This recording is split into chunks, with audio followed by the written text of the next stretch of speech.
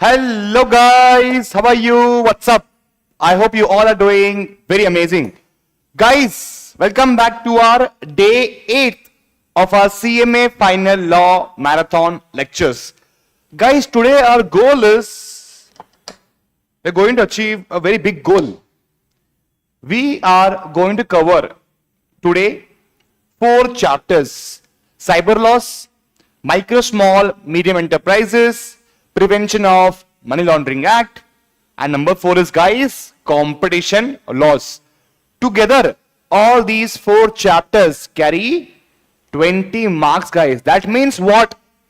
In the next 2 hours or 2.5 hours maximum, you can easily get 20 marks in your law exam. Okay? Chalo guys, I hope you have the access to all my notes. Simply go to my WhatsApp group. In the description, you will find one link. In that link, you will find all my CMA Final Law Marathon notes. Okay, guys. Chalo. So we are today going to begin with cyber laws. And in cyber laws, the first chapter is Information Technology Act 2000. Information Technology Act 2000. Okay, sir. Guys, exactly what is the meaning of Information Technology Act? Let's read this. It is a law that makes online records and digital signatures legal. So earlier, 20 years, 30 years, 50 years down the line, online transactions were not legal, but now online transactions are legal. Why? Because of one law. That law is Information Technology Act 2000. Punishable in case of misuse. That means what? If you do a fraud, even in online, you will be punishable. Now guys, why is this possible? Because today online transactions are considered legal. That is why if you do any fraud, you will be punished. Okay, sir. Now, what are the features of IT Act 2000? 3 features, guys. Very simple. Number 1 is, we know digital transactions are legalized under IT Act, where emails, PDFs, e-signatures are considered valid.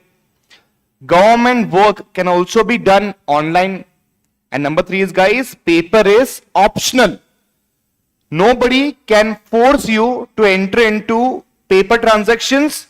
At the same time, nobody can ignore paper transactions, saying that now every single thing is online. You have to enter into transactions in online mode only. Nobody can force you. Understood, guys? I will just set a timer of 10 minutes so that I can drink water.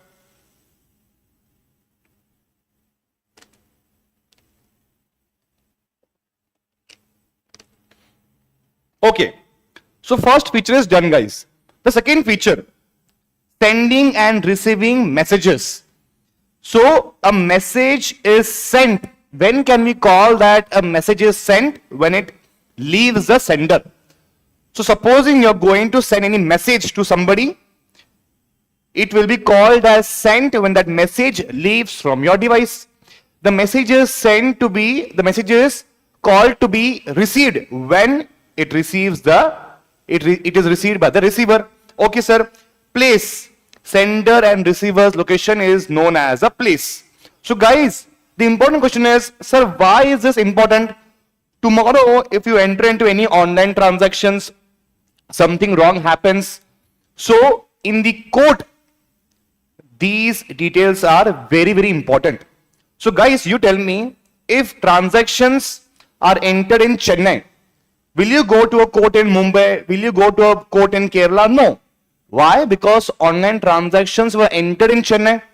So to find out in which court you will be going, you should know all these details. Okay, sir. Now, what is the meaning of CCA? Controller of Certifying Authority. They control digital signature system, gives licenses and ensures security. So guys, if you observe all the directors of a company, it is not possible for them to physically sign all the documents. So they can use digital signatures. Okay. Now the important question is, who will regulate all these procedures? Controller of certifying authority will regulate all these procedures. Okay, sir. Next, what are the types of cyber crimes under IT Act 2000? So there are 5 types of cyber crime. Number 1 type is, guys, data tampering. If you change or delete data without the permission, then you will be punished under data tampering. Okay. What is the meaning of hacking? If you unauthorized manner, if you access the system of a person in an unauthorized manner, that person has not allowed you, but still you have barged into the system, it will be called as, guys, hacking. You cannot enter into their system, you cannot access their data without their permission. You're not doing anything, you're simply accessing their data. It will be called as hacking. Okay, sir.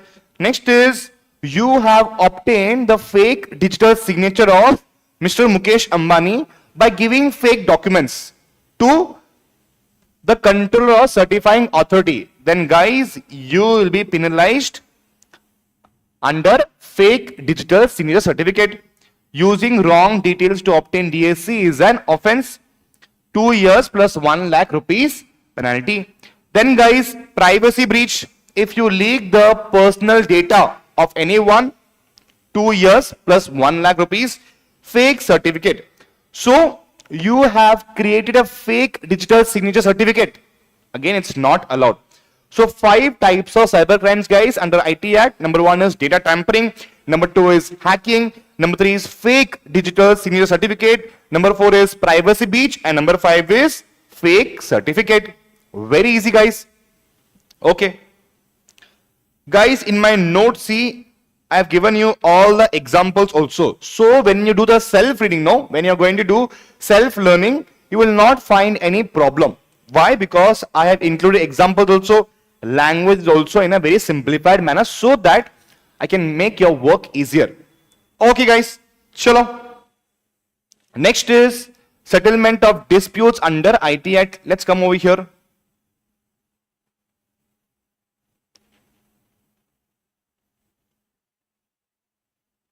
Yes, settlement of disputes. Guys, one second.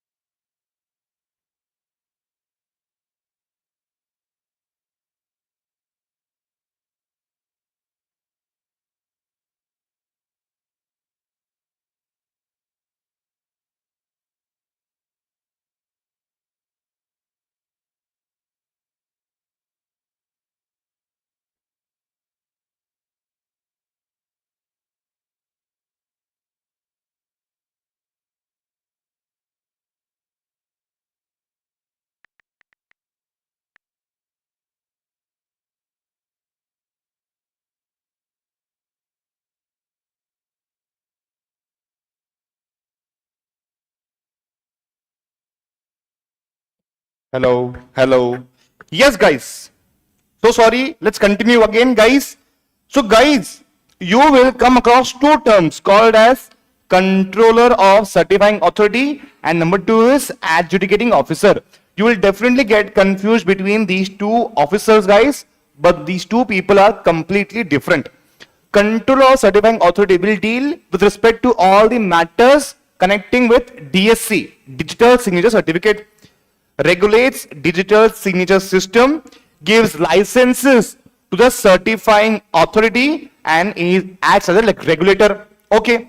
Now, if we talk about adjudicating officer, all the other cyber crimes are dealt by adjudicating officer, decides cyber disputes and cases, handles issues like data breach, hacking, misuse. He acts as a judge. So, guys, if there is a case of hacking, if there is a case of data misuse, you will go to adjudicating officer. If there is any matter with respect to digital signature certificate, you will go to controller of certifying authority. Very easy, guys. Just keep this thing in mind. Okay. Now, settlement of disputes. How will the cyber disputes will be settled? So, guys, the first person who will decide will be adjudicating officer. We know this from here. Okay. He is appointed by the government. He will deal with all the cyber crimes. But who will deal with digital signature certificate, guys? Controller of certifying authority. Okay. Now, guys, if you are unhappy with the order of adjudicating authority, then to whom are you going to go? You are going to go to Cyber Appellate Tribunal within 45 days. You are going to file an appeal with Cyber Appellate Tribunal within how many days? Within 45 days. Now, you are not even happy with the Cyber Appellate Tribunal order also. Now you will go to High Court within 60 days. Civil courts over here are not allowed. If government has appointed certain officers, only they will have the right to deal with the matters. Very easy, guys. In your exam, question can be asked that civil court has accepted a case of cyber disputes. So you should write down that civil courts don't have power. Adjudicating officer has the power to deal with the cyber crimes. Okay. Now, next topic is data protection. So what is the meaning of data protection, guys? Before we dive into data protection laws, first we need to understand what is the meaning of data protection.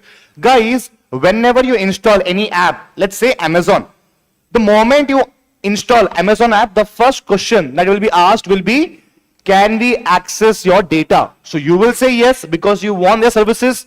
But who will be held responsible if Amazon does not handles the data properly?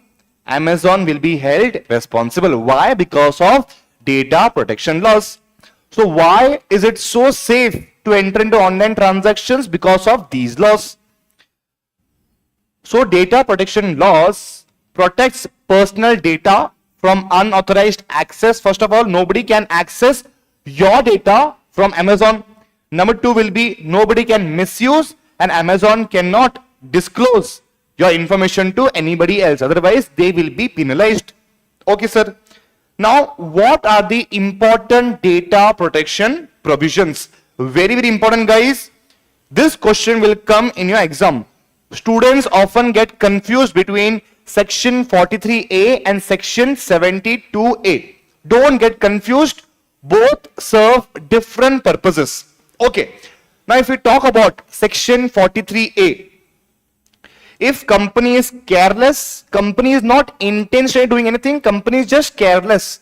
Like, guys, I will tell you an example. In 2007 or 2009, from Domino's, customers' data was stolen by a hacker. That hacker threatened Domino's that if you don't pay us 10 crore rupees, we will sell all this data to dark web.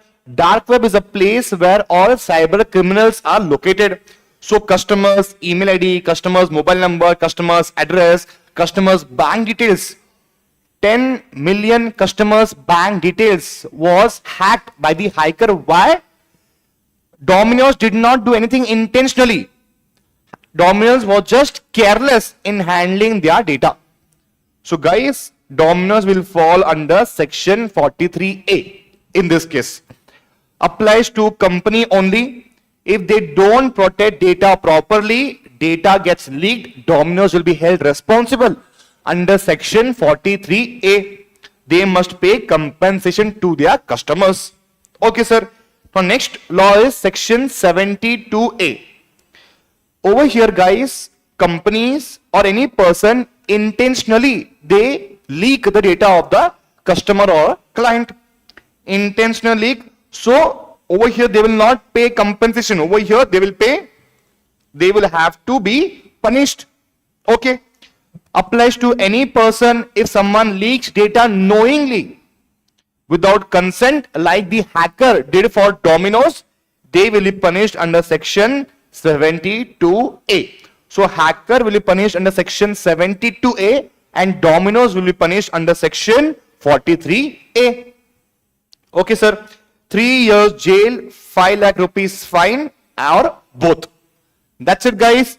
If in your exam question is asked, mention any 2 laws with respect to data protection, you have to write these 2 laws, section 43A and section 72A. Section 43A is where a company is careless in protecting the data of the customer. But if we talk about section 72A, over here, company intentionally they leaked the data. Very easy. Okay. Now, what are the most important information technology rules? I'm not talking about laws, I'm talking about rules. The important question is, what is the difference between act and rules? Act is a law, but rules will tell you how do you have to follow the law. Act is simply a law, you have to follow the law. But rules will guide you how to follow the law. Simple, guys. For example, if we talk about Companies Act, companies must inform to ROC the moment they appoint or remove a director. This is what the law says. But rule says company must file DIR 12. So law says company must inform, but the rule says company must inform by doing what? By filing DIR 12. Okay. Now what are the 1, 2, 3, 4, 5, 6 rules are, guys? Very, very important in your exam. Question can be asked. Simple, guys. Mind map. You just have to learn it. Everything I have done for you. I have researched very well. I have simplified the language also for you so you don't face difficulty. I have drawn this using mind map also so you can learn it in the best way possible. You don't have to do anything, guys. Every single thing has been provided to you. Okay? Chalo. The important question is to whom these rules will be applicable. These rules will be applicable to companies only. It will not be applicable to government. It will not be applicable if my brother told me that don't share this picture of mine with anyone, but I shared his picture with everyone, so I will not be punished. Why? It's for personal purpose. It's a personal matter. Okay. Now, this is who it applies to. Next is sensitive personal data. So includes, what is the meaning of sensitive personal data, guys? It's very private, extra information. Sorry. It is very private. This information must be given extra protection. Like passwords, bank, card details, biometrics, fingerprint, health records, legal case information, or sexual orientation. All these information are very, very private. It is not meant to be shared with anyone. Okay. Now, what does Rule 8 talks about? Rule 8 says company must follow security standards like ISO that talks about how are you supposed to protect the data. Okay. Next is they have to protect data properly. We know this. Number 3 is they have to do regular audit to check if the data is safe or not. Next is, guys, privacy policy. That is Rule 4. Rule 8 is done. Now let's talk about Rule 4. Rule 4 says company must have a clear policy on its website. Regarding what, sir? Regarding a disclosure with respect to what data is collected, how is it collected, and how it is protected. So, if Amazon is collecting your data, Amazon must disclose in their website with respect to how your data is protected, what type of data is collected, and how is it collected. Are we asking the customers directly, or are we using some other means to access the information of the customer? Okay, sir. Next is data collection rules. Exactly what the rule says.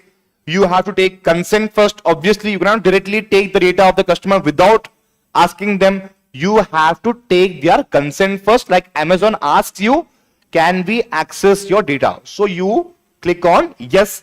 Number 2 is Amazon can collect only the data that is required. Amazon cannot ask your blood group. Amazon cannot ask your health records. Why? Is there any connection between online delivery and blood group? No. So Amazon will only collect the required data. Okay. Then Amazon must tell user everything with respect to what data are we collecting, how are we going to use it. Next, allow correction or update. If Amazon has taken your data, but there is some misinformation, then you have the right to correct that data. Okay. Amazon must obviously protect data and they have to appoint an grievance officer. What is the meaning of grievance officer, sir? So there will be a full-time personnel who will be responsible to make sure all these rules have been followed or not. Okay. So guys, 6 rules company must follow. Number 1 is you have to take the consent. Number 2 is you have to collect only the required data. And number 3 is you have to tell the user everything. And number 4 is allowing correction or update. Number 5 is you have to protect the data. And number 6 is guys, you have to appoint a grievance officer. Okay. Next is rule 6 that talks about sharing data. So Amazon cannot share your data without your consent. Amazon can share your data, but if it is required by court or contract requires to disclose your data. So under 2 circumstances, Amazon can share your data. Number 1, if the court requires that we want to know what all transactions have been entered into by this customer, and number 2 is if any contract requires to disclose this information, then Amazon has to disclose. Okay, sir. So guys, all these rules you have to learn by heart. Very easy, guys. Every single word, if you observe, language is very simplified. Very simplified. And my notes also, guys, simply just read it, understand it, learn it, and revise using mind maps. Problem solved. Okay? I can understand, guys. See, in CMA Final module, it's very big module, 450 pages module, and the text is very lengthy, very boring. It is not organized manner, guys. And that is why I know that it is very difficult for you to revise everything before the exams. So I have made everything for you using the mind map. Okay? It took me a lot of effort, guys. So please make sure that you learn from these mind maps. It will be very much beneficial for every single one who is watching this lecture right now. Okay? Chalo. So we are done with, guys, Information Technology Act. Now let's come to question answer.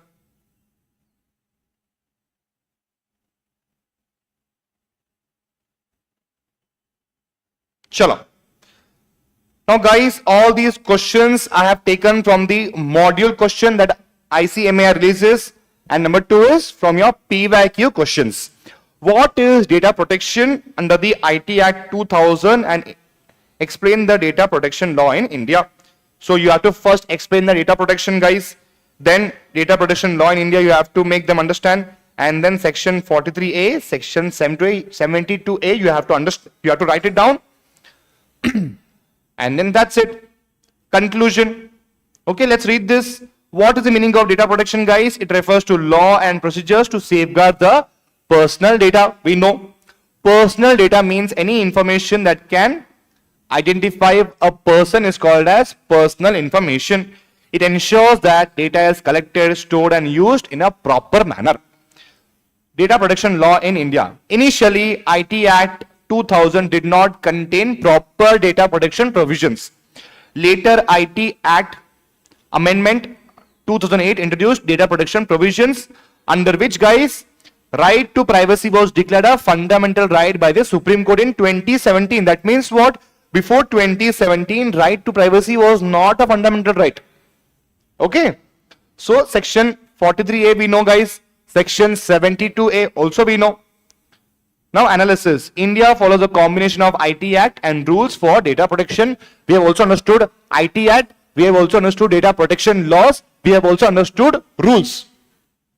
The law focuses on security of data, compensation for misuse, and punishment for wrongful disclosure. That's it, guys. And then conclusion, you have to write it down. Okay. Now, next question. Briefly discuss cyber crimes against person. Guys, this we are going to understand in the cyber crimes chapter. Okay. The most important provisions is, guys, section 43A and section 72A. Okay. And whatever I have given you in the mind maps, completely, thoroughly learn it, and then you'll be sorted with the IT Act 2000. Okay. Now let's move on to the business intelligence chapter.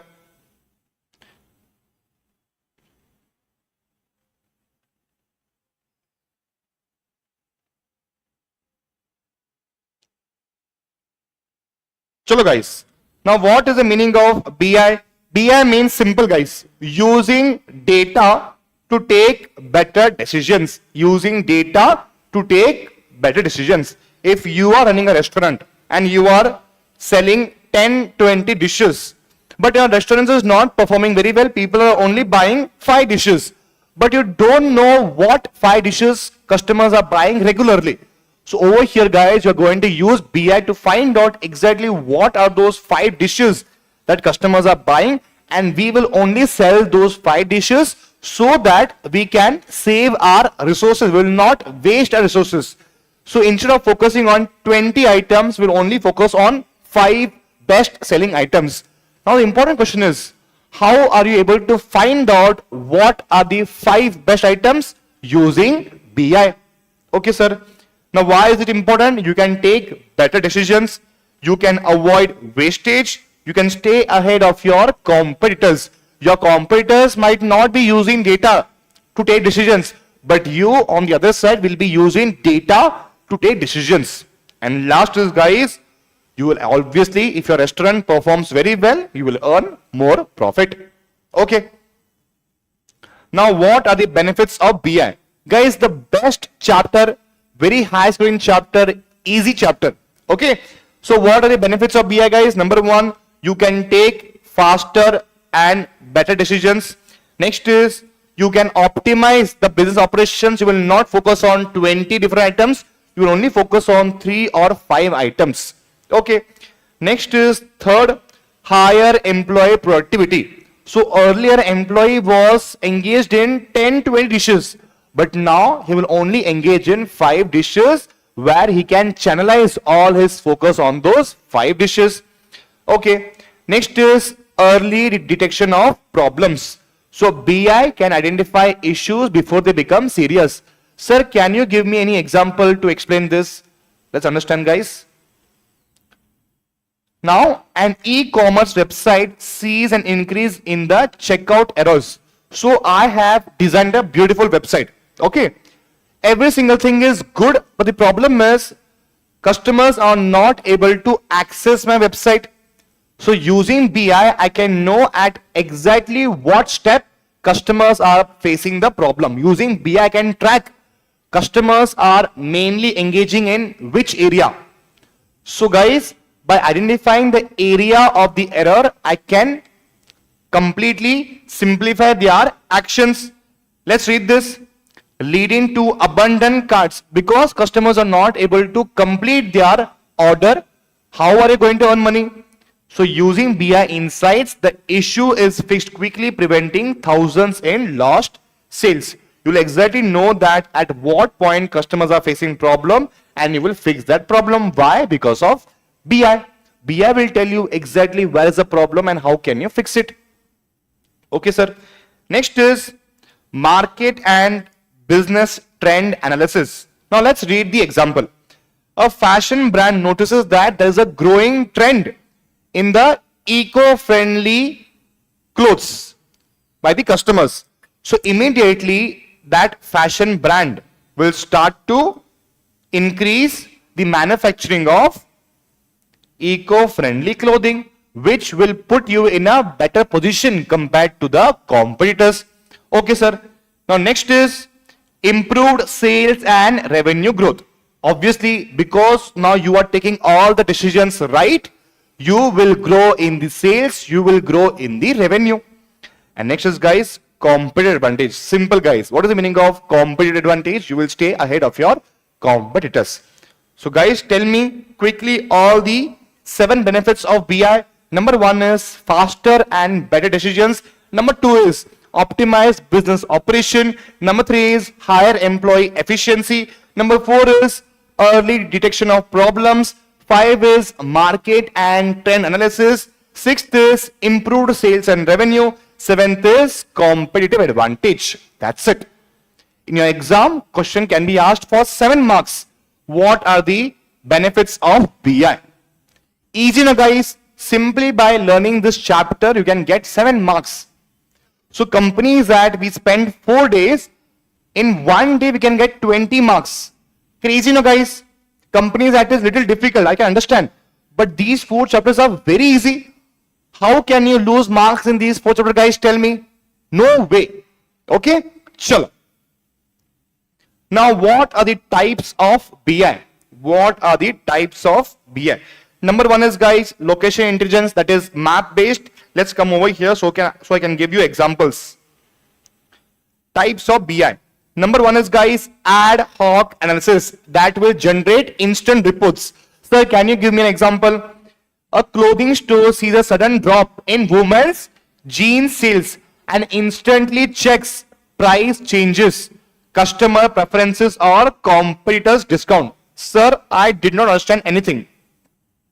If you are running a clothing brand and you notice that women's jeans sales has dropped to a very great extent, now the first question that you will ask is, are my competitors offering the same jeans at a discount, or is this because of any price changes, or is it because it is summer and people don't prefer jeans? So BI will answer you all these questions. Okay. Ad hoc analysis allows users to create quick one-time reports whenever sudden business question arises. So guys, simply if we ask any question in chat GPT, immediately it will answer the question, and that will come under ad hoc analysis, instant reports. Okay. Number 2 is, guys, OLAP, that talks about online analytical processing, multi-dimensional analysis. Don't get scared by reading the word. It is very easy. Let's come to the example and then we'll come to the meaning. A fast food chain analyzes burger sales by city, weekday or weekend. Where is the sales are more? An age group, are young people buying more burgers or are middle-aged people buying more burgers? To improve marketing strategies. So guys, tell me one thing. If young people are buying burgers a lot, will you make a strategy for your marketing purpose to focus on the middle-aged group, senior citizens group? No. But earlier you would do that because you don't know which one would work. But because of BI will clearly tell you that which age group customers are buying burgers. You can completely laser focus on those age groups only. Okay. Now let's read this. OLAP analyzes data from multiple angles such as time, location, product or customer type to identify patterns and trends by slicing. That means what? Dividing the age group and comparing the data. Very easy, guys. Okay. Now let's come to mobile BI. Mobile BI, simply you can access or you can do the work of BI on your mobile. Mobile BI allows access to key business reports and key performance indicators on your mobile devices. Okay. Real-time BI. Example, a bank detects suspicious card transactions instantly and blocks them to prevent fraud. Supposing if I talk about Jayanant. Jayanant lives in Pune, but Jayanant's debit card was used in Chennai. That means, guys, does it make any sense? In one place, one debit card is used in multiple places at the same time. So BI will immediately tell that no, Chennai transactions are fraud transaction. Let's cancel that. So real-time BI analyzes data as it is generated and not later to take instant action in critical situations. Okay. Next is, guys, operational intelligence, daily operational control. Simply, guys, the BI that we use in our daily operations continuously. Example is a delivery company reroutes vehicles automatically when traffic delays occur. Simple, guys, we all use Google Maps. So Google Map will tell you that don't use this route because over here traffic jam is there. You use different route. Why? Because of operational intelligence. Meaning is OI focuses on real-time monitoring of daily business operations. Okay. Next is open source BI. A startup sees Metabase to track website traffic, sales trends, and marketing performance. Open source BI tools are free and customizable. So we can use meta ads. Everyone can use meta ads. Yes or no, guys? So the tools that are publicly usable, anyone can use it. It is called as open source BI. Okay. Next is, guys, embedded BI. A hotel booking system. Let's say, guys, if we want to book let's say if we want to order an item from Zomato or Swiggy, we are using a software to order a food from the restaurant. So software and restaurant are working together. That is called as, guys, embedded BI. So inside the restaurant, there's a software. Integrates analytics directly into existing business software. When we book tickets when we book tickets on Book My Show, we know that which seats are vacant, which seats are occupied. Yes or no, guys? And next is collaborative BI. So where a BI is used by all the team members is called as collaborative BI. So, guys, in ChatGPT, there's a subscription that can be used by the team or a company that is called as collaborative BI. A marketing team discusses ad performance and reallocates budget instantly based on shared BI reports. Simple, guys. It is not difficult. A BI that is used by multiple people together is called as collaborative BI. Next is location intelligence. A restaurant chain selects a new outlet location based on foot traffic, customer density, and competitor presence. So if you want to start any restaurant, let's say you want to start a Chinese restaurant, first you will find out who are your target customers. Are your target customers located? You're going to find out, are they rich enough to buy your items? You will find out what is the footfall, are there any competitors, what will be the rent, every single thing you will take care. That is called as, guys, location intelligence. Analyzes geographical data using maps. Chalo, guys, now quickly tell me how many types of BI are there? Let's see. All the 9 types of BI. Number 1 is, guys, location. Number 2 is collaborative. Number 3 is ad hoc. Number 4 is OLAP. Number 5 is mobile BI. Number 5 is real-time BI, operational, open source, and embedded BI. So in exam, if a question is asked with respect to types of BI, you should be able to answer the question. I have also given you examples in my notes. Please refer my notes while you learn in the exam. You will find it very easier to learn. Okay, guys? Then what are the features of BI platform, guys? First of all, we can visualize our data. So instead of Excel sheet, I can get a bar graph. I can get a pie chart. That is called as data visualization. Shows data in charts or graphs.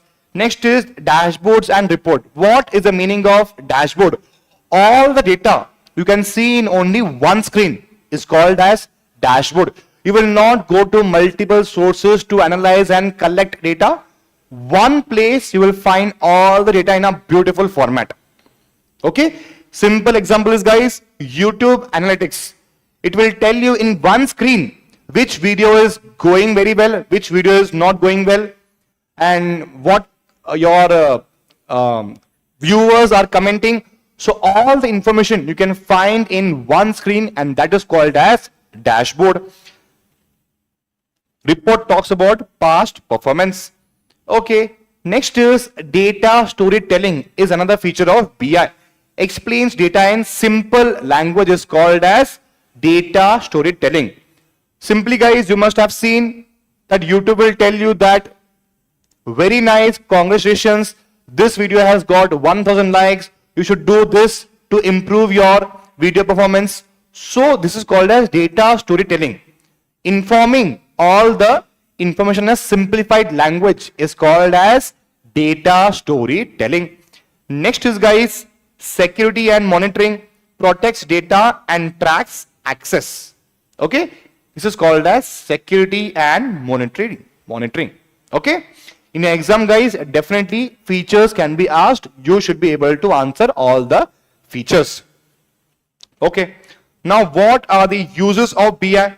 We can track our business performance, we can take decisions, we can improve our processes, we can use real-time information. And next is trend analysis. We can launch eco-friendly products early. Do you remember guys, just now I told you that a clothing brand observes that customers are preferring eco-friendly clothing, so immediately will take decisions. That's it guys, BI chapter is done. Okay, chalo. Now guys, let's come to cybercrime. Very simple chapter guys. I think that Institute has given you these chapters. Why? To help you score more marks in CMA Final Law.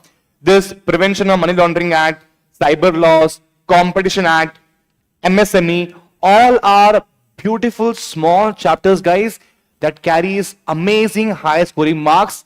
Please don't ignore those chapters. Okay, I would say that don't ignore any chapter, no matter how difficult it is. Today or tomorrow it will definitely help you. Okay, chalo. Cybercrime and cyber fraud. First of all guys, three types of cyber crimes.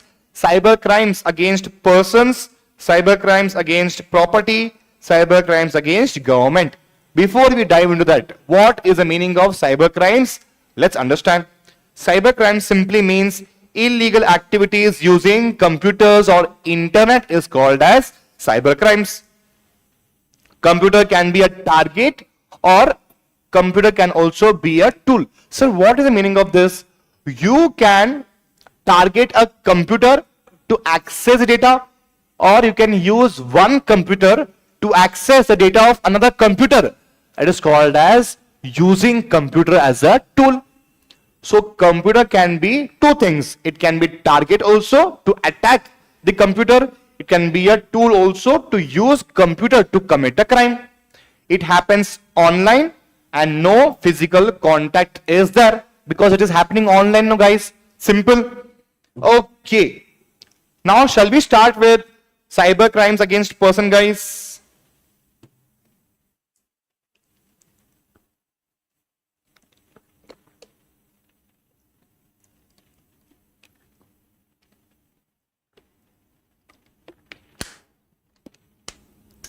Guys, at the end of the live lecture, I will clear all your doubts. Whatever doubts you have got, I will clear all your doubts in the end of the live session.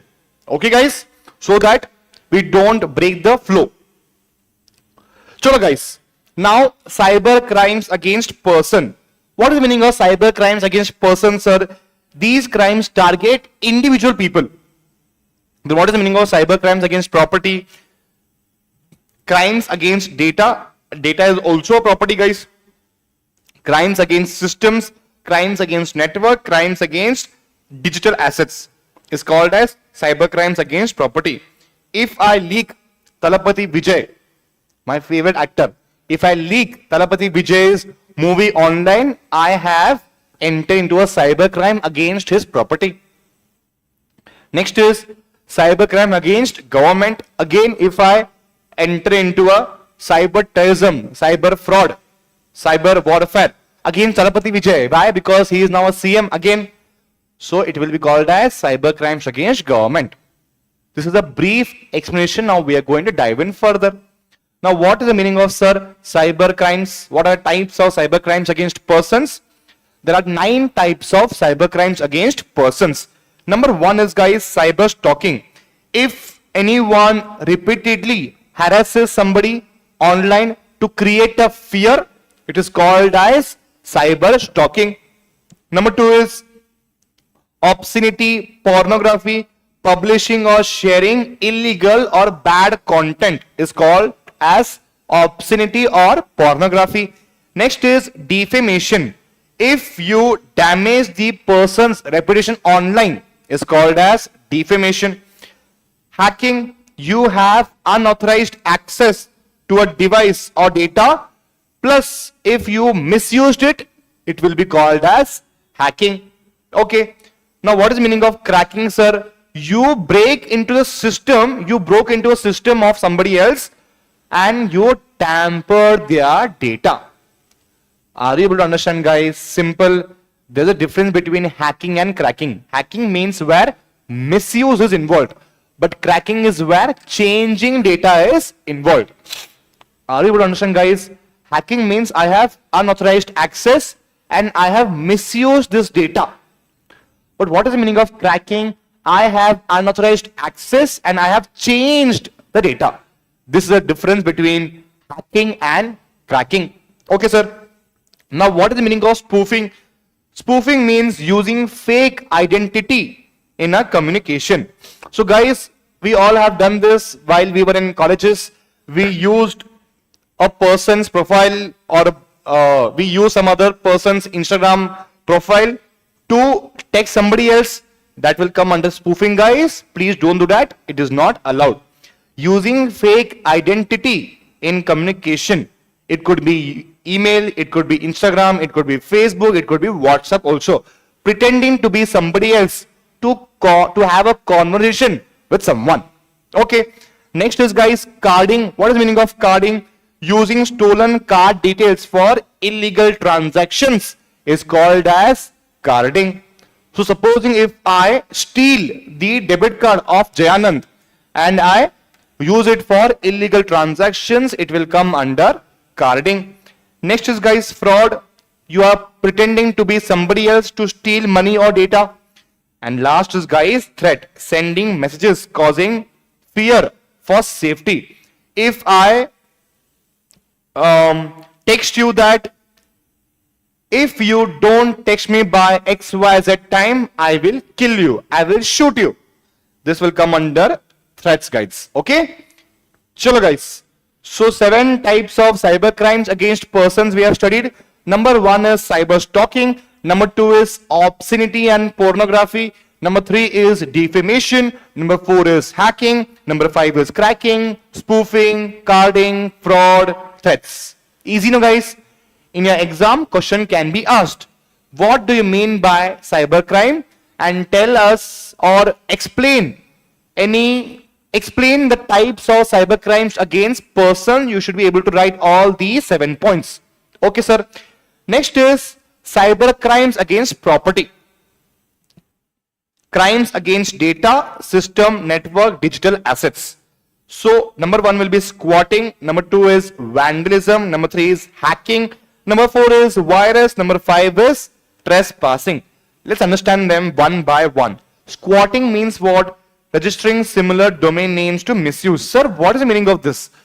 I know that Mukesh Ambani is going to create a new company called as Equafina. Equafina will be the new company that will be created by Mukesh Ambani. I got this secret information. Immediately, I will create a website myself in the name of Equafina.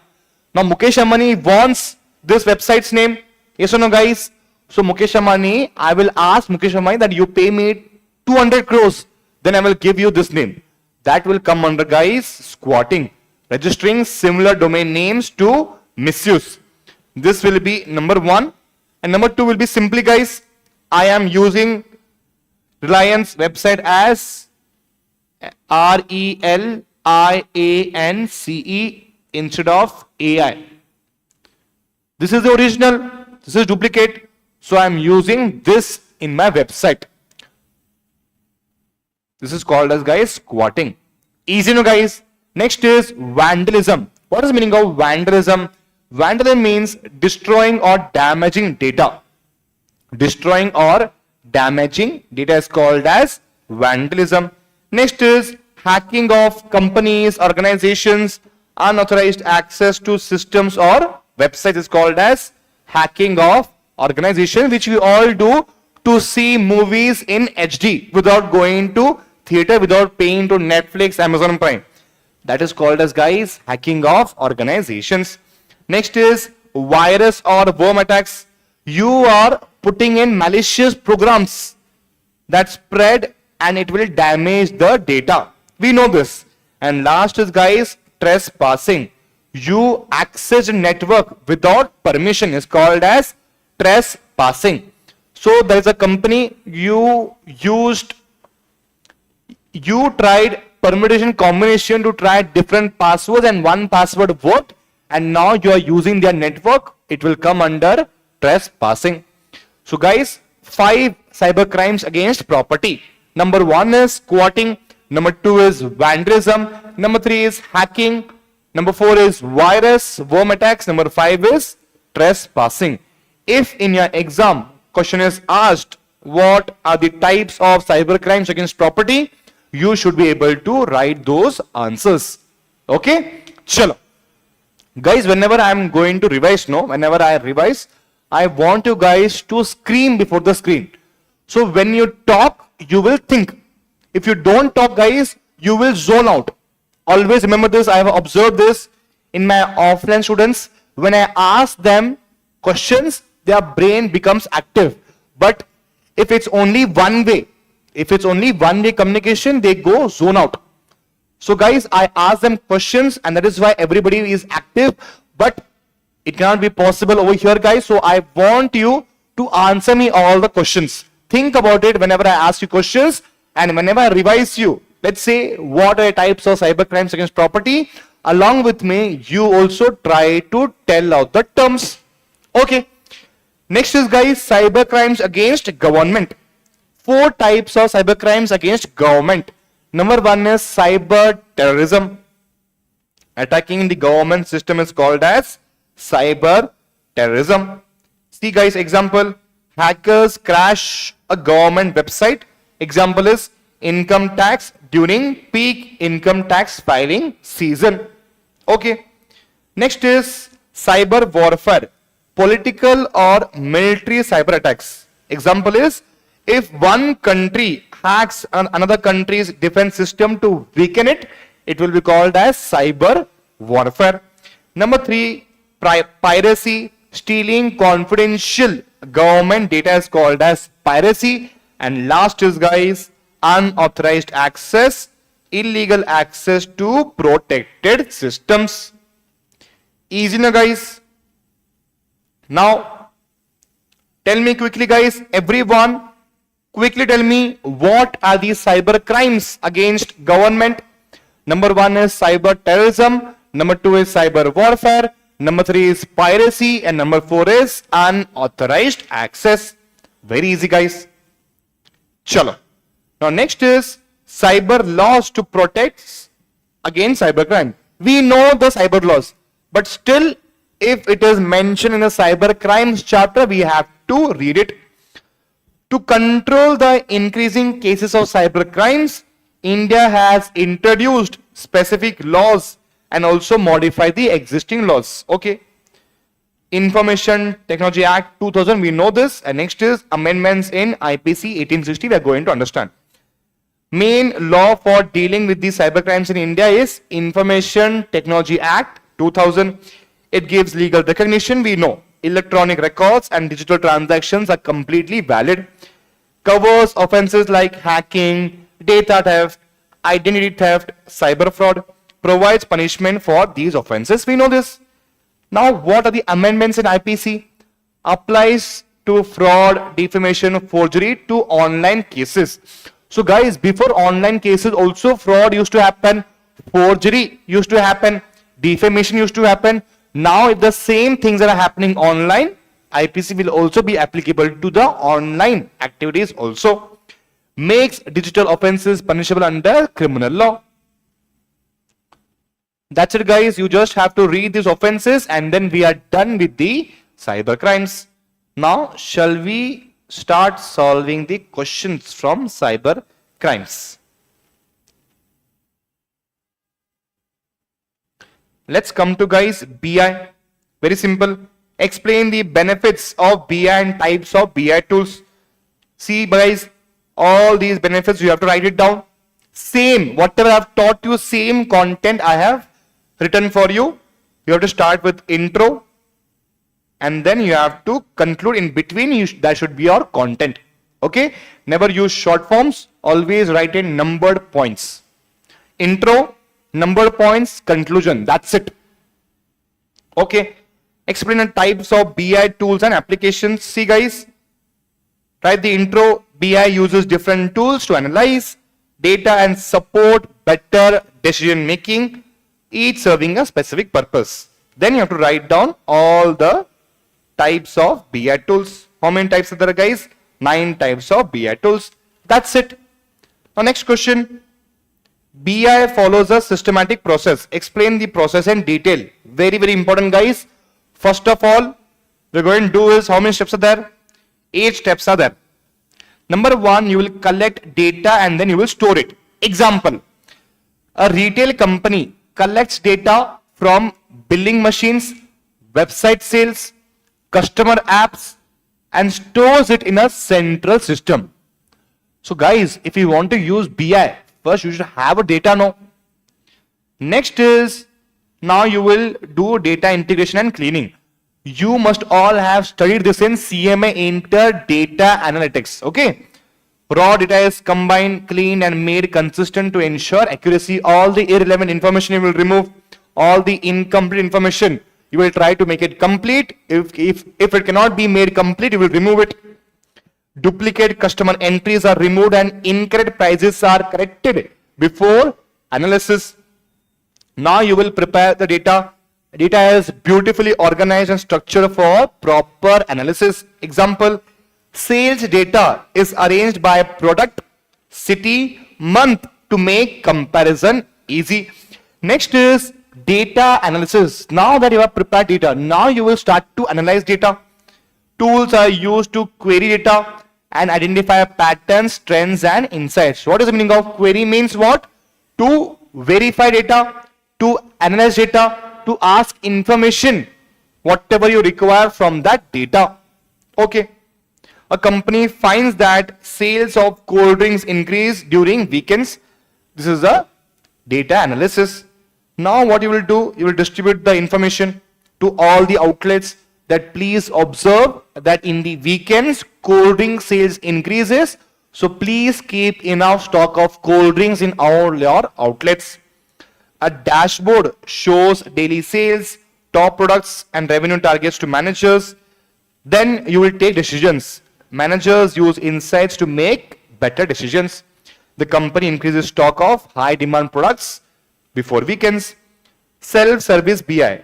Now BI users can analyze data and create reports and dashboard without IT help. Okay. And advanced. People, even if you write 5 to 6 points, it is completely fine. Even if you write 5 to 6 points, it is completely fine. Okay guys, that's it. We are done with the cyber crimes. So let's take a break of 5 minutes and then we'll move on to prevention of money laundering. Very easy chapter. Within 15 minutes, this chapter will be done. Okay. 7:09 p.m.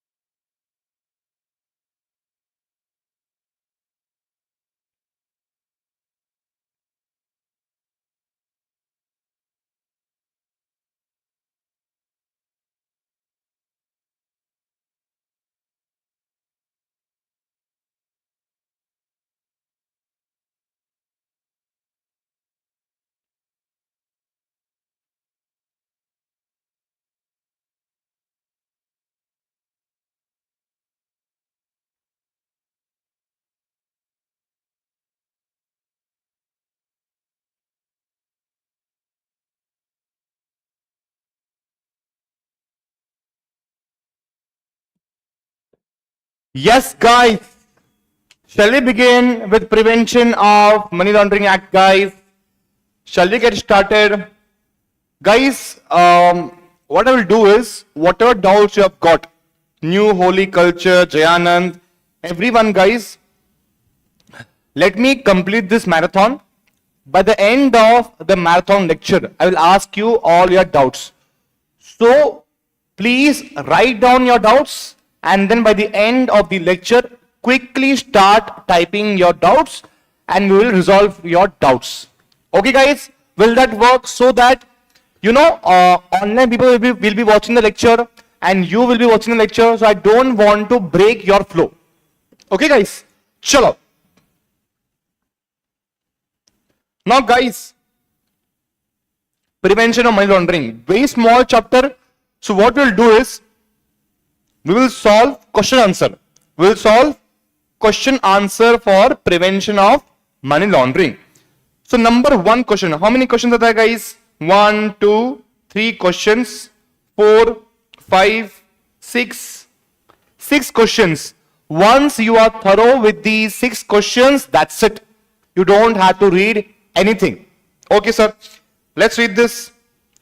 State the offenses of money laundering listed in different schedules under Prevention of Money Laundering Act. Okay, sir. Let's read this. First of all, you're going to write the intro.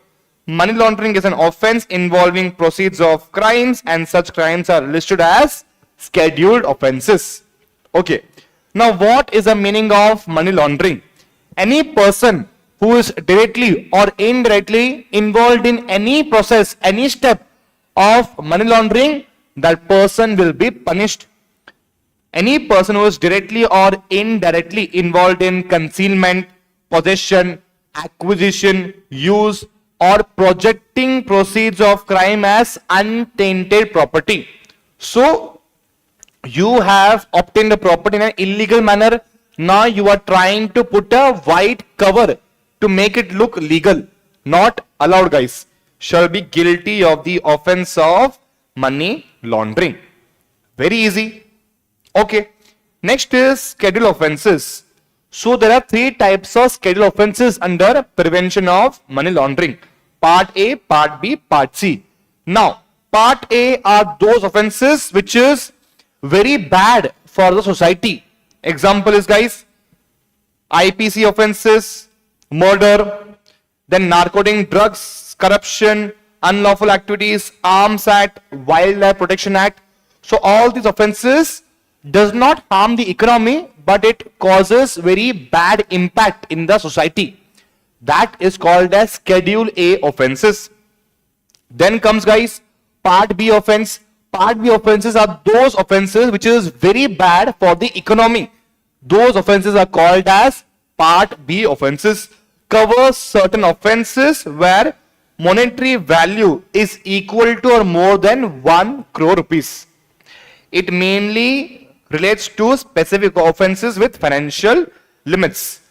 Next is Part C offense. So wherever cross border, India, America, US, America and USA, India, Britain, America, Germany, if cross-border crime transactions are involved, it will be called as Part C offenses. Covers trans-border crimes, include offenses having international repercussions. Okay, so we know the meaning of money laundering. Okay, we also understood the 3 parts. Part A deals with bad impact in the society. Part B talks about bad impact in the economy, and Part C talks about inter-border or cross-border crimes. Okay, sir. Number 2. What are the key features of the prevention of money laundering? In your exam, guys, question can be asked. Again, guys, first of all, you have to write down the meaning. It means using illegal money and showing it as legal. Everybody who is watching this lecture right now must have watched the movie called as Shivaji the Boss. So over there, Shivaji the Boss, how he takes half of the property from the ministers, he sends it to the foreign country, and then it is received back as a clean white money transaction. That is called as money laundering. It includes hiding, where he was hiding all those money in a warehouse, using that money or owning such money. Okay, sir. Attachment of property. Guys, now what we'll do is we'll come to my notes. In my notes, beautifully, I have drawn mind maps. It will be useful.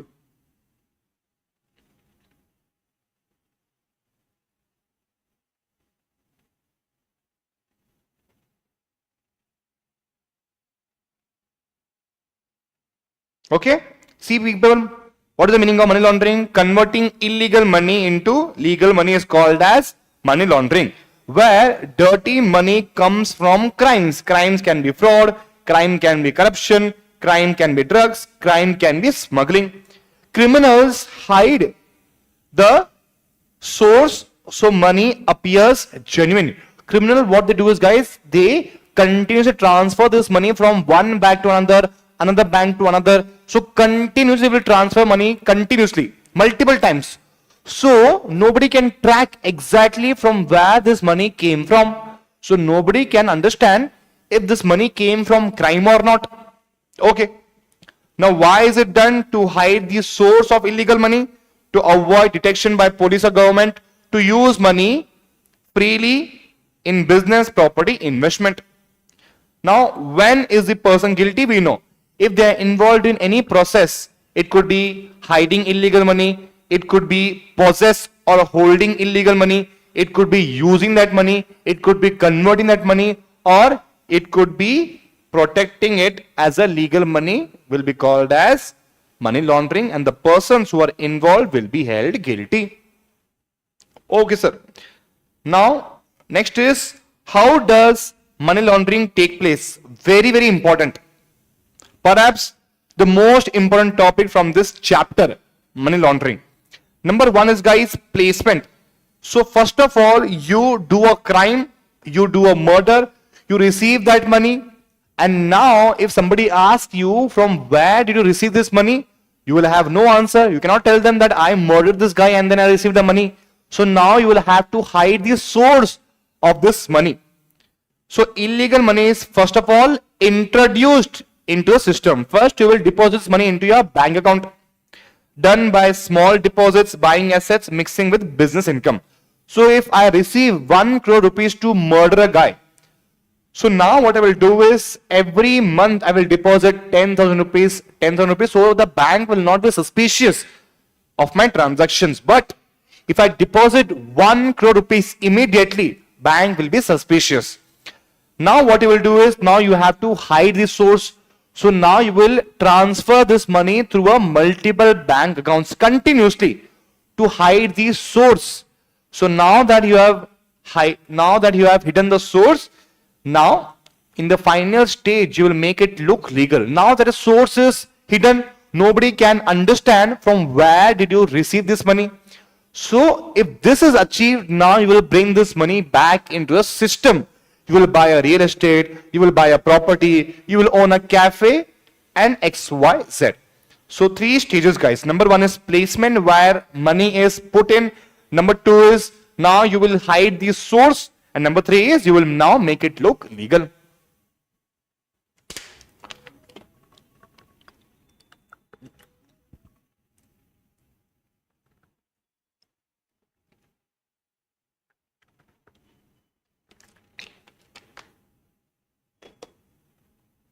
Okay, chalo guys.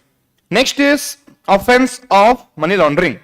A person is guilty, we know this. If they attempt to launder, if they help or even assist, you are not doing anything, but you are assisting somebody or deal with the proceeds of crime, you will be punished under money laundering.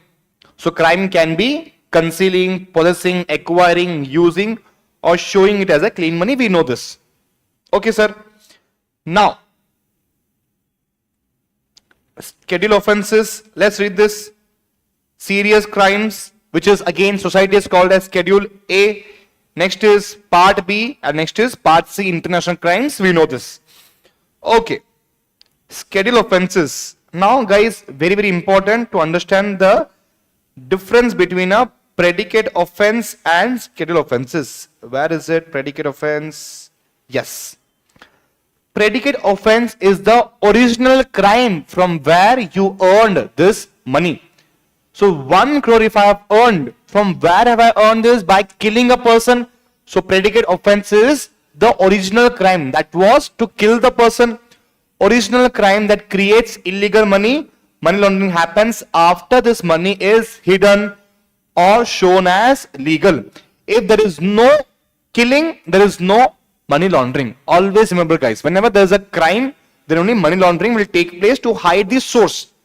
Otherwise, if I have earned genuine money by teaching, why will I hide this money? Yes or no, guys? If I have murdered a guy, then I will hide this money. Okay. Now, what is the meaning of schedule offenses? Where is it? Schedule offense. Yes. Money laundering exists only if there is a main crime first. This is called as schedule offense or predicate offense. So, guys, can we say that predicate offense, schedule offense? So, whenever in exam question is asked, what is the meaning of schedule offense? What is the meaning of predicate offense? Both are same. Okay. Under schedule offense also there are 3 types we know. Part A, Part B, Part C. Okay, sir. So now let's come over here. So we know the meaning of money laundering. Now let's read this. Attachment of property. So government can freeze or attach property. This stops the money launderers from selling or transferring it. Will come under attachment of property. People, this question I have picked from the PYQ. Features of money laundering. As a student, what exactly will you write the features of money laundering? It's such a general question. Nothing specific has been asked. If they say that explain the types of schedule offense, then you will be able to write. But what are the features of money laundering? How can you write it? So whatever you know about money laundering, you have to write every single thing. Meaning of money laundering, types of offenses, how many people are there to make sure money laundering does not take place. So attachment of property. Next is adjudicating authority. Now you will ask, sir, what is the difference between special courts, adjudicating authority? Please help us, sir. Don't worry, guys. I have got mind maps. Where is my mind map? Yes. Investigation process. So guys, in the investigation process, 5 types of people are involved. All these 5 people are different. Okay. Number 1 will be, guys, ED, Enforcement Directorate. So he will do all the groundwork. All the groundwork will be done by the ED. He will investigate the case. He will attach or seize the property. He will file a case in special court. Okay. Now, what is the role of adjudicating authority? He will check if ED's action is right or wrong, confirms or rejects attachment. ED will attach, but who will check ED's decisions? Adjudicating authority. They can also allow confiscation. Okay, sir. Now, appellate tribunals are there. Hears appeals against decisions, reviews order of adjudicating authority or financial intelligence unit. Then comes, guys, special court. Then they will conduct the trial. They will decide if the person is guilty or he should be punished. International cooperation. If we want to bring in Vijay Mallya in India, if we want to bring in all the money he has taken out of India, we can coordinate with the foreign countries. So 5 people are involved, guys. Number 1 is Enforcement Directorate. His job is to do all the groundwork. Number 2 is Adjudicating Authority. Number 3 is Appellate Tribunal. Number 4 is Special Court. Number 5 is International Cooperation. Now you will get confused between Adjudicating Authority and Financial Intelligence Unit. Let's read this, guys. Don't get confused between ED and FIU. Both do different work. ED's job is to work. Once again. Yes. ED's job is to investigate the offense. freezes and seizes illegal property. He can also file a case in the court. And last is he will ensure that compliance with Prevention of Money Laundering Act has been done.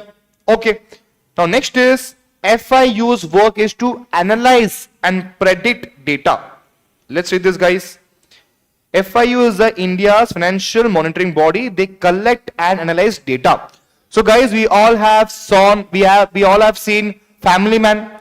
So wherever Manoj Bajpayee is working, no, such type of FIU you must all have seen in movies, that they analyze and collect data. They will not enter the ground, but they will sit before the PC and they will try and track the transactions. Who has posted what? Who has deposited how much money in the bank account, which is suspicious? They will come under FIU.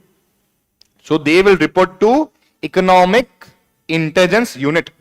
So their job is to receive suspicious transaction report and cash transaction report. Sir, what is the meaning of suspicious transaction report? So wherever suspicious transactions are taking place, FIU will come into the picture to collect and analyze. Wherever suspicious cash transactions take place, also FIU will come into the picture. They will analyze suspicious transactions. They will share this information with the ED, who will work in the ground, works with the foreign agencies also. Very easy, guys. Okay. Now next is, guys, who are the reporting entities? So let's read this. Businesses handling the money and financial transactions, stockbroker, bank, then jewelry shops, real estate agents, all these people handle money and financial transactions. So wherever they come across any suspicious transactions, they have to report immediately. Okay. What they must do? They must maintain records. They must report to FIU. They must do KYC. They must identify the beneficial owners. Sir, what is the meaning of beneficial owner? Supposing, guys, over here, Flipkart has incorporated a company called as Myntra, but not directly. Indirectly, they have done this. Indirectly. Let's say Flipkart has controlling interest in Snapdeal. Now, Flipkart is not investing. Snapdeal has given money to, let's say, Jabong. Now, Jabong is buying Myntra. So, in books of accounts, nobody will know that this money belongs to Snapdeal, this money belongs to Flipkart. Actually, the money belongs to Flipkart, Snapdeal, but in the books of account, who is the owner? Jabong is the owner. So, all these reporting entities' job is to find out who is the real owner, who is the beneficial owner, who actually receives all these benefits. Understood, guys? If I have murdered a person, I have received 1 crore rupees. What I will do is, I will give this money to a person so he can deposit the money in the bank. But a bank's job is to find out actually to whom this money belongs to. This money belongs to me or this guy, not this guy, this money belongs to me. But on books of account, this guy will be the owner. So bank's job is to find out who are the real owner. Okay, sir. Now next is record keeping requirements. So we know the job of reporting entities.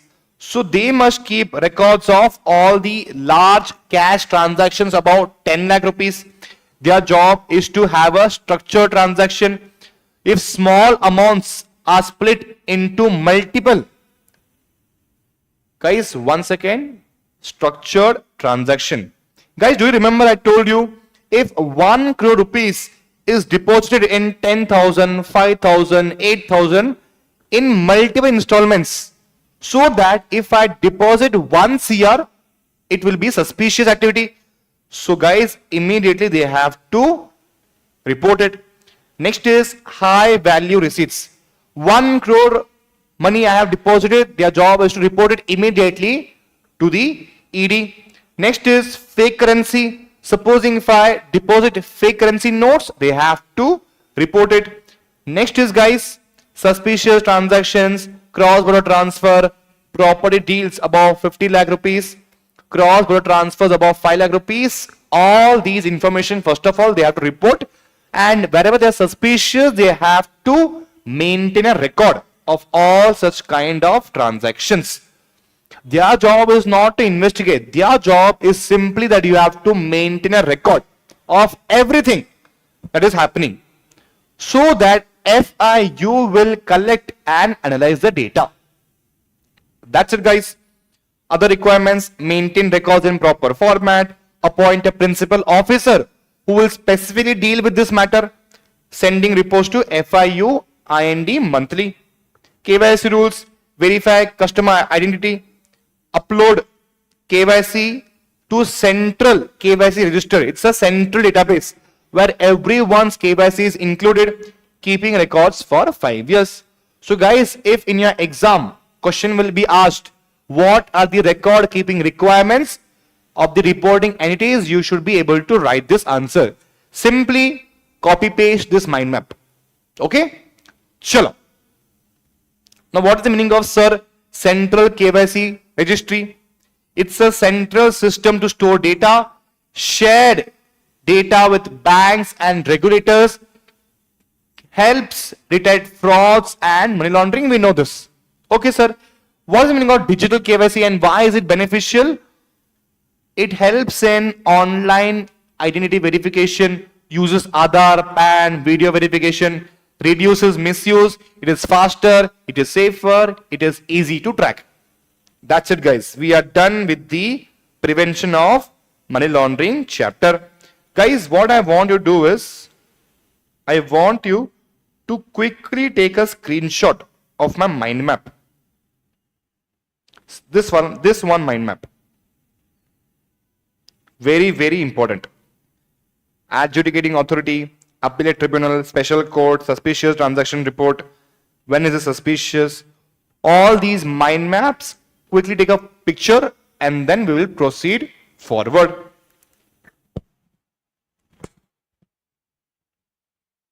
Okay. Chalo guys. Let's come over here. Prevention of money laundering. Now guys, whatever terms you're going to understand, you should be now very easy to get every single thing. What are the key features of prevention of money laundering? First, you have to write down the meaning, the attachment of property, adjudicating authority, explain them, special courts, explain, KYC reporting, explain, presumption rule. This you don't have to write it, but confiscation of property, guys, this is important, and conclusion. So whatever you know about PMLA, guys, just write it down whenever features are asked. Okay.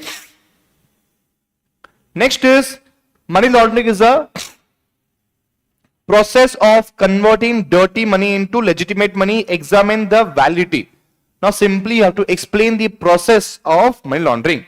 Meaning, objective, authority, process, schedule offenses, conclusion. Okay.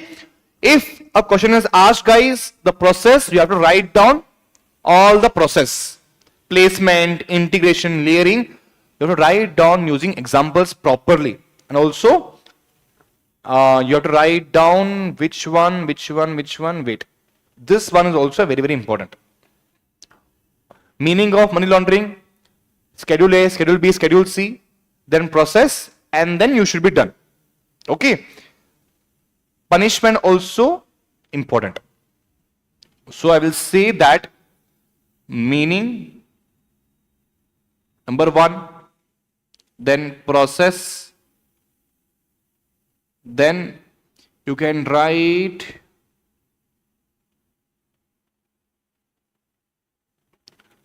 money laundering includes, no, you can write scheduled offense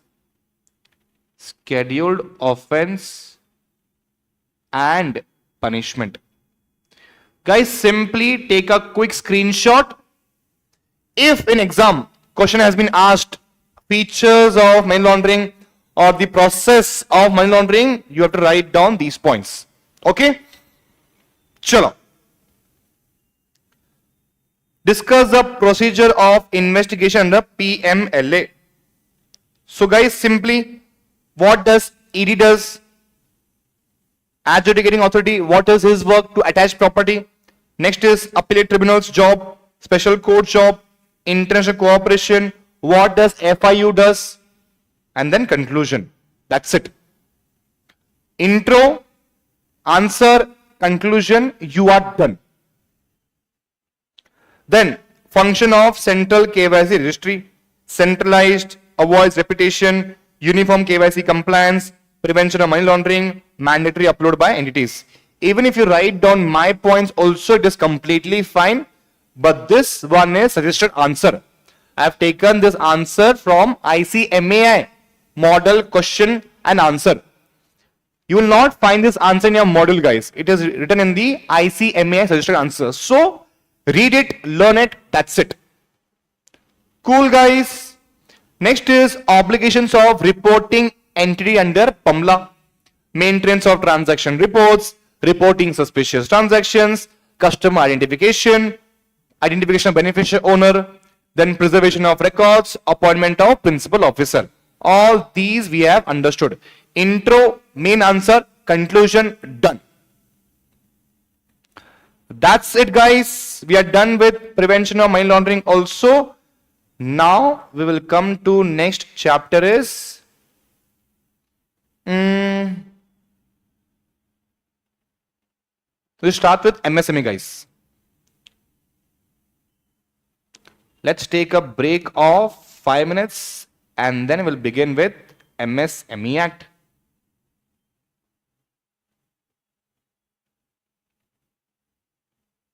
People, I hope you are understanding every single thing. Whatever doubts you have got, please note it down in a notebook. And while we are ending the live session, then ask me all your doubts in the chat box.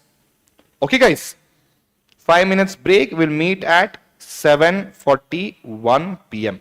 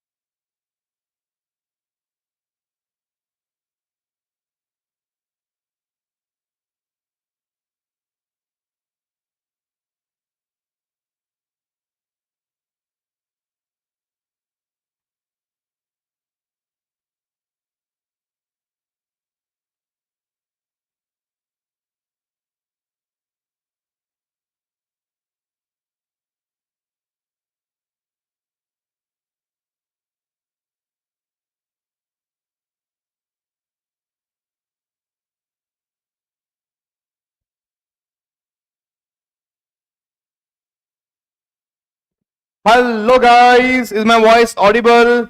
Chalo. So we are done with 2 chapters. Prevention of money laundering is done. Cyber laws is done. Now next is guys MSME. Very small chapter. You might find it very boring guys, but this chapter is not boring. Why? Because this chapter is going to give you 7 marks, 5 to 7 marks. Okay, chalo. Now quickly let's start to understand what are the major measures taken to promote MSME sector units.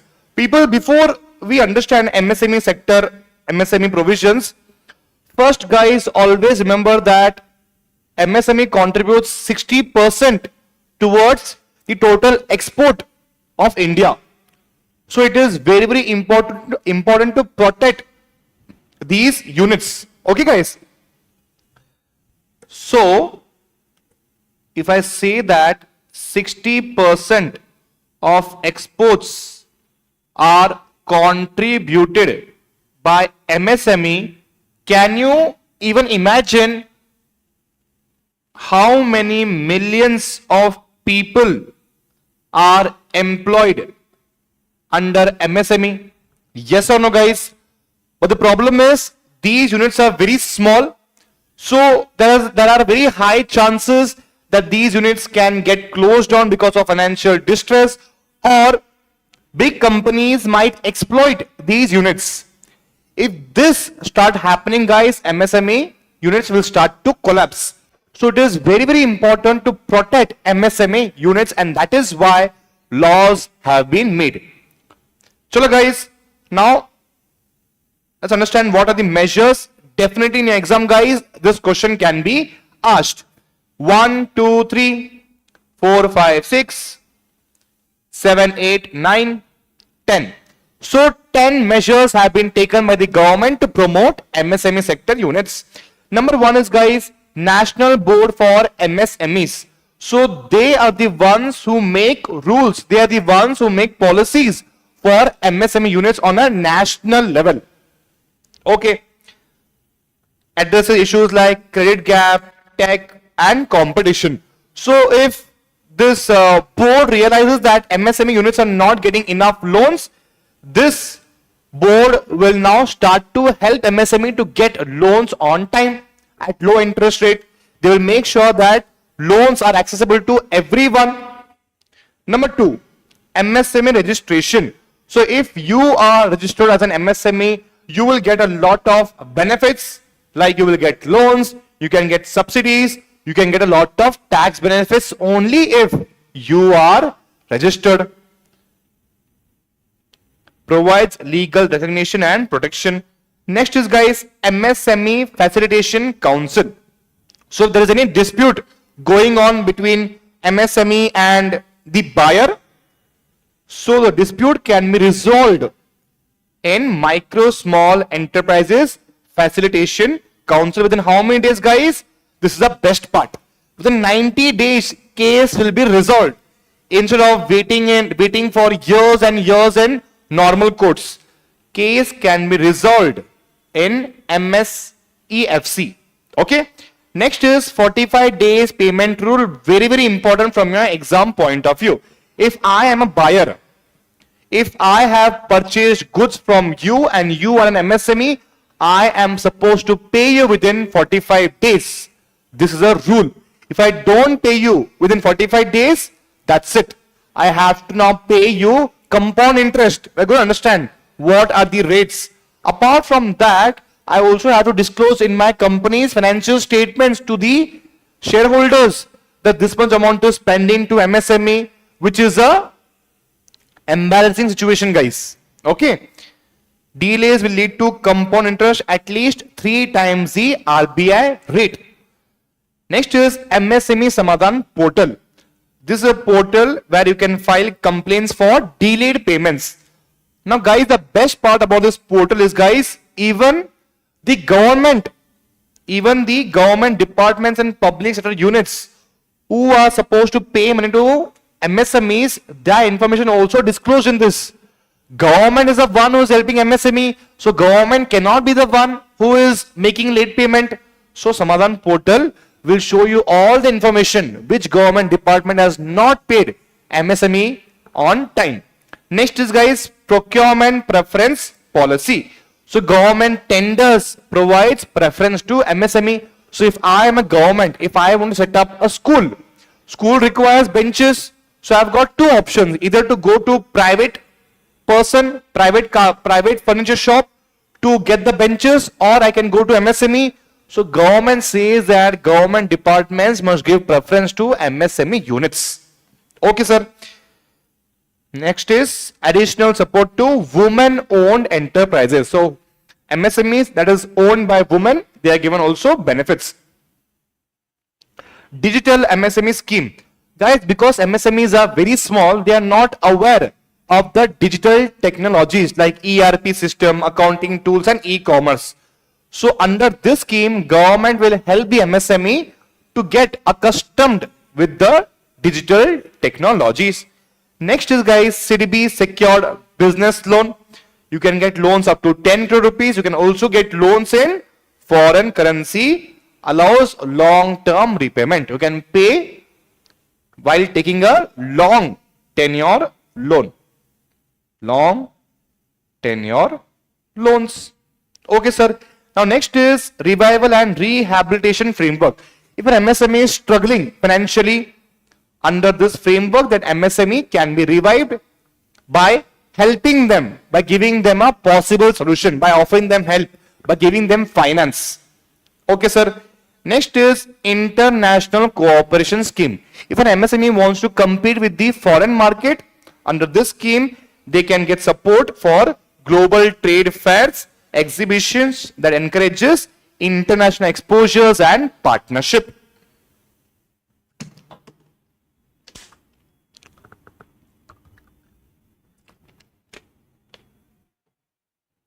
So guys, if an exam question is asked, discuss the major measures taken to promote MSME sector units, you should be able to write this answer. Easy, 5 to 7 marks guys, easy. Okay, next is explain the classification of micro, small, medium enterprises and the basis on which they were classified. Very, very important again. So criteria for classification, we are going to take plant and machinery equipment into consideration. Annual turnover will be considered. You're going to understand what will not be considered. So if we want to categorize an enterprise as a micro enterprise, investment up to 2.5 crore and turnover up to 10 crore. If I want to categorize an enterprise under small enterprise, that small enterprise shall have investment up to 25 crore and turnover up to 100 crore. If I want to categorize enterprise under medium, 125 crore investment and 500 crore. Why am I stressing on the word and? Because both the limits have to be complied with. Okay, sir. Now, basis for classification. Now, how will you know the turnover? By previous income tax return. If there is no return, self-declaration allowed that yes, I am earning this much amount of money, government will believe it. Only plant, machinery, equipment are considered. Land, building, furniture are excluded. Now, you don't have to rote learn it. There is a logic to that. If I want to know if a company is performing very well from the business angle, I will only look at the machinery, equipment and plant that they are using. I will not look at their real estate, land, building, furniture, they are all real estate. I can have all this land, building, furniture. That does not mean that I am owning a business. But if I am having plant, machinery, equipment, that means what? I am actually running a business. That is why land, building, furniture are completely excluded. There is a logic to that, guys. Okay. Turnover only, once again, export turnover is excluded. That means what? If you are making a turnover of 1,000 crores, 2,000 crores in domestic, then you will obviously not be categorized as MSME. But if your turnover is 1,000 crores, 2,000 crores, but in foreign countries, you are exporting goods. 10,000 crores is your turnover through export, and 10 crores is your turnover in India, only this will be considered, this will not be considered. If we also considered both the aspect, guys, then how can we consider you as an enterprise? That is, the government says that don't take export into consideration. Why? Because we don't want to punish an MSME for exporting more. We want export. So guys, this is important. There is a logic behind every single rule.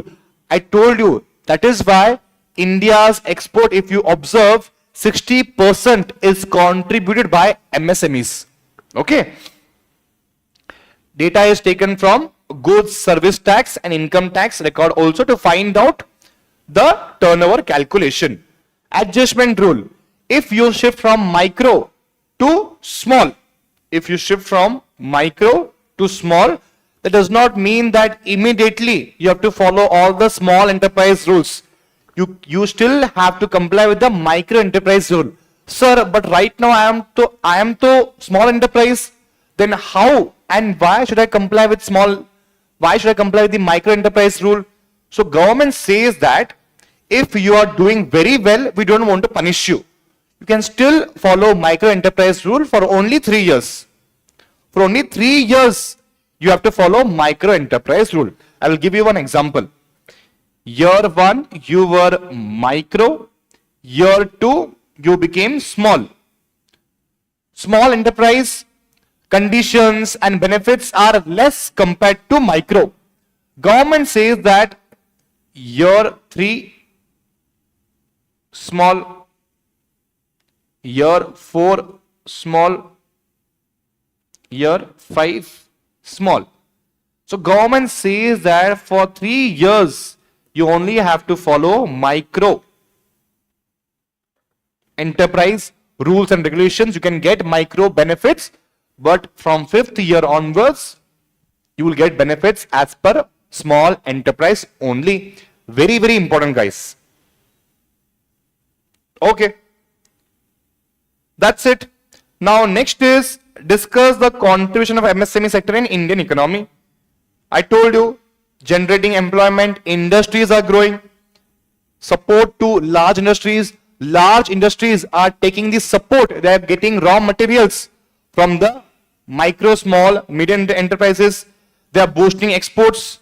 Then balance regional development. So in villages also there are MSMEs, which is why villages are also growing along with the cities. Next is innovation and digital adoption. So government encourages MSMEs, entrepreneurship and innovation. We know how government introduced several schemes. We can call it as digital scheme, adoption of digital tools and technology through government schemes. Okay, sir. Economic stability. Because MSME is bringing a lot of money into India, economy of India is stable.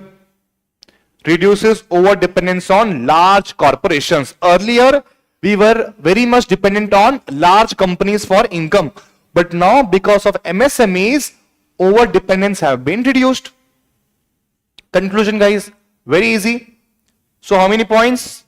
Employment generation, industrial growth, support to large industries, boost to exports, balanced regional development, innovation and digital adoption, economic stability.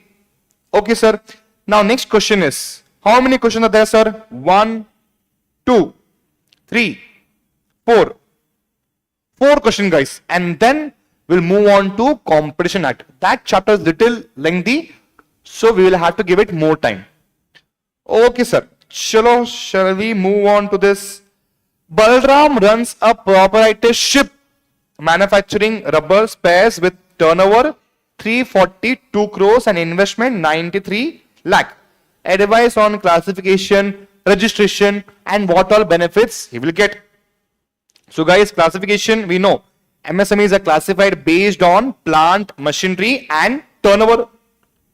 Both conditions must be satisfied together. MSME registration is not compulsory, but to get benefits, you should register. You have to register through Udyam registration portal. Benefits, easy access to loans, preference in government tenders, government is building school, you can get preference, protection against delayed payments, and last is subsidies and scheme benefits. Now analysis. Investment is 93 lakh which falls under micro, but turnover is 342 crores which falls under medium. Since both conditions must be satisfied, the higher category is considered. That means what? It will come under medium. Registration. The business is not registered under MSME. However, it is eligible for registration.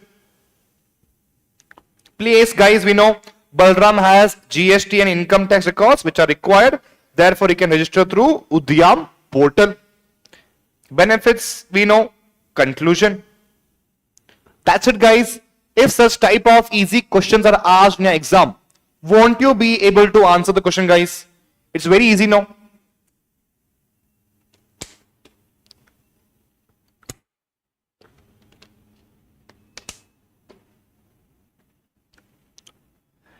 Chalo, guys. Next question is, state the time limit for payment to MSMEs and the consequences of delayed payment. Again, a very, very important question. Guys, whatever questions I have given you, all questions are very, very important. You have to be thorough with every single answer. Got it, guys? So as per MSME provisions, buyers are required to make timely payments to micro and small enterprises, failing which penal consequences arises. Time limit for payment. Within 45 days from the date of acceptance or deemed acceptance, you have to make payment. Consequences of delayed payment. Buyer shall be liable to pay compound interest 3 times the RBI rate. Rate of interest, we know 3 times RBI rate. Disclosure. It's an embarrassing situation that you have to disclose the money that you are supposed to pay to MSME, and the interest also you have to pay to MSME in the financial statements. Shareholders will question you. Why did you not make payment? It is our money. So shareholders will question. Now because of that fear, no company will make delayed payments to MSME. Buyer shall disclose financial statements, principal amount unpaid and the interest due separately. Such interest is not allowed as tax deduction, guys. Very, very important. So if we want to claim tax benefits, we cannot claim this as an expense. No, you will not get any benefits. Okay, sir. Now next is, again, guys, same question. All dues of MSME vendors must be paid in time. Explain the consequences. So same answer. Now define MSME enterprises, state their classification. Again, you know the classification limits. So guys, we are done with the MSME chapter also. Now guys, one very, very important thing I want to tell you. I have also uploaded one short revision for MSME where every single concept, every single provision, every single scheme has been explained in a detailed manner. I will just add the link in the description. Go to the link, watch that one short video. It will be very much beneficial to you. Okay. Number 2, Competition Act also one short revision I have uploaded. Competition Commission of India also one short revision I have uploaded. Prevention of money laundering also. All the chapters, small chapters, you will find all the one short revision lectures in the description below. Okay. Chalo, guys. Before we move further, we'll take a break of 5 minutes.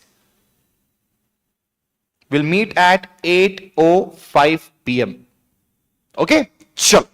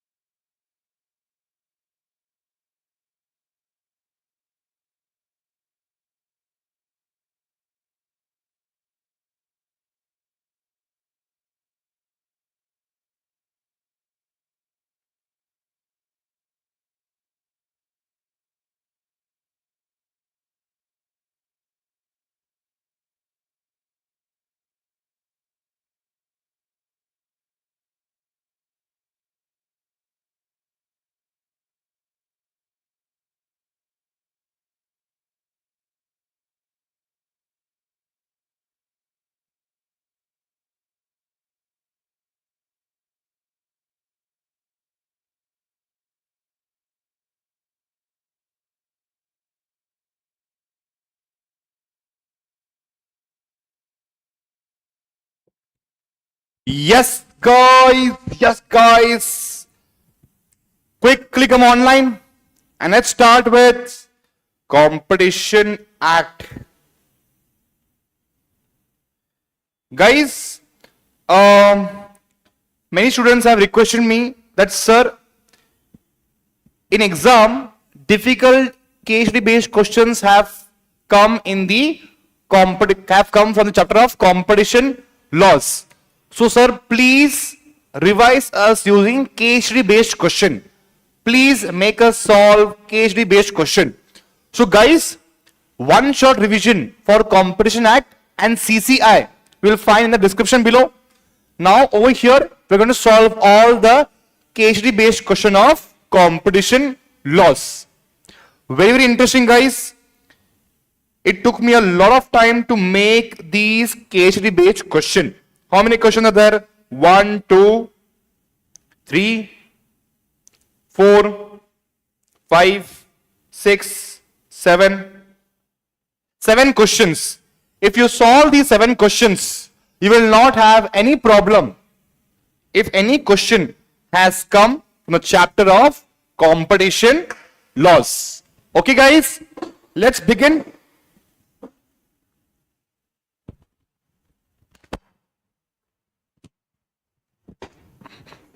Chalo. Number 1 question, very, very important, guys. I hope the screen is visible. ABC Limited is a leading cement company. ABC Limited is a leading cement company holding 65% market share in a particular region. So they are holding 65% market share in a region. Okay. Due to its strong position, it starts selling cement at a very low prices below cost to eliminate smaller competitors. Now you tell me, guys, which type of anti-competitive practice is this? It is called as predatory pricing, where you sell items below the production cost. Is called as predatory pricing. In 2017, Jio did the same. They gave free 4G services at a free cost. This is called as, guys, predatory pricing. When you give services, when you sell products at a price lower than the cost of production only to eliminate the competitors, this is called as predatory pricing, which was done by ABC Limited. It also refuses to supply raw materials to certain dealers who deal with its competitors. ABC Limited is telling its dealers that if you deal with my competitors, I will cancel all my order. Now, the important question is, why should the dealer be scared? They have got many customers. Problem is, ABC Limited is a major customer. And he is saying that dealer, if you deal with my competitors, I will not deal with you. Now, dealer is afraid. He wants this big customer. Further, ABC Limited uses its dominance in cement market to enter into construction business. Earlier he was into cement business, now also is in cement business, but now using this dominant position, he is entering into construction business. No problem. But the problem is, restricts competitors' access. He does not allow his competitors to enter this market. This is not allowed. Examine whether ABC Limited is abusing its dominant position under Competition Act 2002. Okay. Now, guys, first of all, tell me, what is the meaning of dominant position? A dominant position is a position where an organization operates independently of the market. They don't care who are its competitors. Google does not care who are its competitors. Google holds 90% share in the online search engine market. So Google does not care who are its competitors. This is number 1 point. Number 2 point is dominant organizations, dominant companies have the power to influence the market. Market includes competitors, market includes customers in its favor. So if Google wants to do anything, it can easily do. If Google wants to hurt Yahoo. If Google wants to remove Yahoo from the market, they can do. That is called as, guys, dominant position. A dominant position means a position of strength in the relevant market. It enables the enterprise to operate independently of competitors or influence the market in its favor. Okay. Abuse of dominant position. So, holding a dominant position is not bad. It is good. But it is bad when you abuse the dominant position. An enterprise abuses dominance if certain things happen. Now, what are the certain things? Impose unfair or discriminatory practices. Next is uses predatory pricing. You are selling items below the cost of production only to remove out the competitors. Limits or restricts production or supply. Cement business, let's say 8 cement manufacturing companies, they are very, very big players. They, instead of competing with each other, they are coordinating with each other. They enter into an agreement where they have decided that we are not going to supply cement prices, stop supply.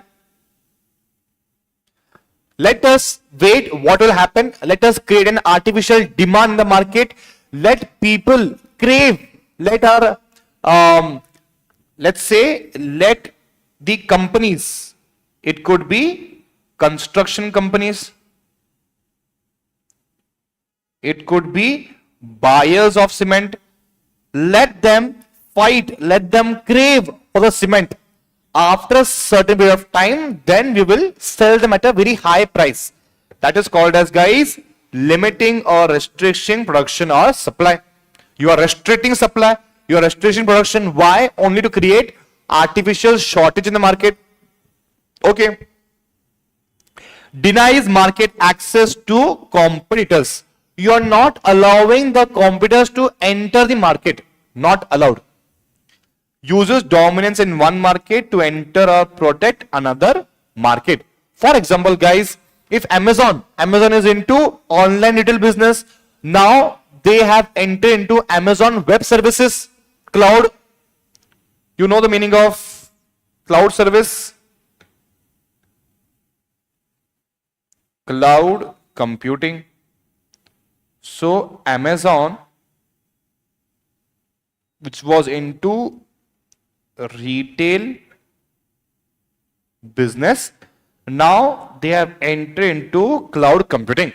Now they are providing services at a very low cost, because of which all the competitors of cloud computing are facing losses. Once they are wiped out, once they are removed, then Amazon will start to increase the prices. Then nobody is there to challenge Amazon. This is not allowed, guys. This is where you use dominance in one market to enter or protect another market. Very easy, guys. Now, this is what the meaning of dominant position. This is what the meaning of abuse of dominant position. This is done. Now, let's understand the analysis part. ABC Limited has 65% market share. That means what? They hold a dominant position. Selling cement at a price lower than the cost is called as predatory pricing, which is obviously abuse of dominant position. Refusing supply to certain dealers will lead to denial of market access. Again, you have abused your dominant position. And last is using cement dominance to enter construction business, called as leveraging. You have used your dominant position in one market to enter in another. Not allowed. So conclusion is, guys, ABC Limited is abusing its dominant position by adopting predatory pricing, restricting access, and leveraging market power, which is completely prohibited under competition laws. Can you write this answer, guys? Very easy, no? What you have to do, first of all, intro as per Competition Act 2002, write down the meaning of dominant position, write down the meaning of abuse, then you have to write down the analysis, and then conclusion. Very easy.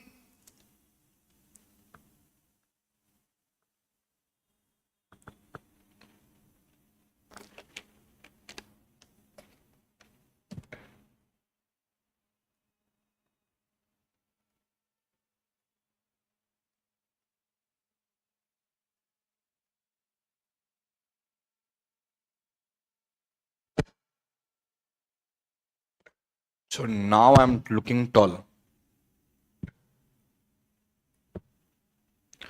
Chalo guys. Next question is, PQR, a dominant telecom company, is alleged means what? Accused to have entered into anti-competitive agreements with other service providers to fix and restrict market entry of new players.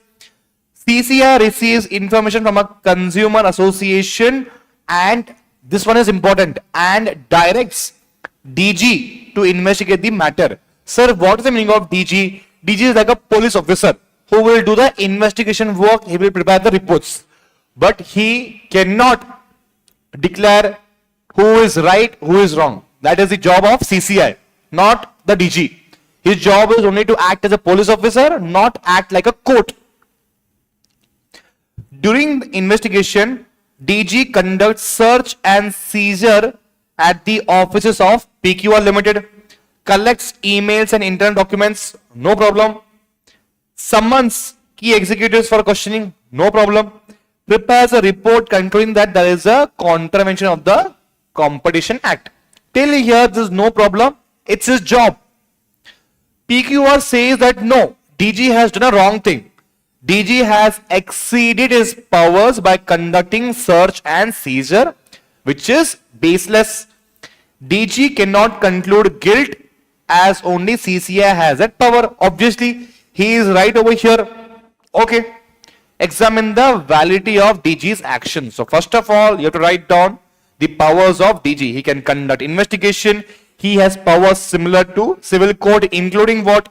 Summoning witness, calling for documents, search and seizure. He cannot declare who is right and who is wrong, but he can have other powers of civil code, summoning people, calling for documents, search and seizure. Duties of DG: to collect evidence, to prepare investigation report, to assist the commission, to provide expert analysis. He cannot conclude who is right and who is wrong. DG only investigates and reports. Final decision regarding contravention will be done by CCI. Okay. Analysis: search and seizure is valid. Collected documents and examined witnesses is also valid. DG prepared reports stating contravention. This is valid. Why? Because it's just a recommendation. Okay. It's not a final decision. Final one will be taken by whom? CCI. PQR's argument that DG has exceeded power is incorrect. PQR Limited's argument on deciding guilt, this is right. Over there he is right, but you tell me guys, did DG decided guilt? No. So partly it is correct. DG cannot decide guilt, only CCI can. That's it guys. The DG has validly done his work, but his findings are not final. We know ultimate decision will be taken by CCI. That's it. Guys, if such type of questions are asked, please don't panic. Just understand one thing. What provision is the examiner expects from me? And write down that provision. In your exam, whenever you come across a case based question, a lot of information will be dumped on you. Some will be relevant, some will not be relevant. Only pick out what is relevant. Try to answer one question. What exact provision is the examiner expects me to write? Simply write that provision. Okay? Don't get worried. Oh my God, this question has been asked, that question has been asked. No. And always go with the provisions. You might think that he is right, he is wrong. It's not your job to decide. Your job is to write down the rules. As per rules, what decision will the court give? You have to write down. Okay? Over here, guys, we cannot give our personal judgment. We are studying law. We have to talk like a judge and not like a lawyer. Okay, guys? Chalo. You know, guys, in movies, you must all have seen that judge knows who is right and who is wrong. But he cannot take decisions based on his judgment. He has to abide by the laws. Yes or no, guys? In the same way, while writing answers in law exams, you also have to follow the same approach. Okay? Chal. Next question, guys. LMN, a leading electronics manufacturer, enters into the following agreements. It fixes a minimum resale price for all its dealers, like Apple does. Apple wants its products to be premium, so they cannot give heavy discounts. Okay. Number 2, requires dealers to sell only its products and not with the competitors. So Apple Store, Apple informs and asks all the Apple stores that you only have to sell the Apple products, you cannot sell Samsung products. It is reasonable. It offers products only if the buyer also purchases accessories compulsorily. This is wrong. Apple cannot force them to buy charger or earphones. Along with the other manufacturers, it agrees to fix prices and divide markets geographically. It is not allowed. What is the meaning of this?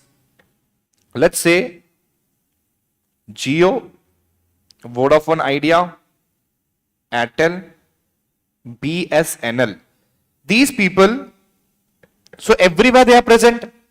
So they are saying that because of heavy competition, we are facing losses. So what we can do is, right now we are charging 100 rupees for 1 GB. 100 rupees for 1 GB. Okay. So because we are competing, we have to keep the prices low. So what you will do is, Jio, you go to Chennai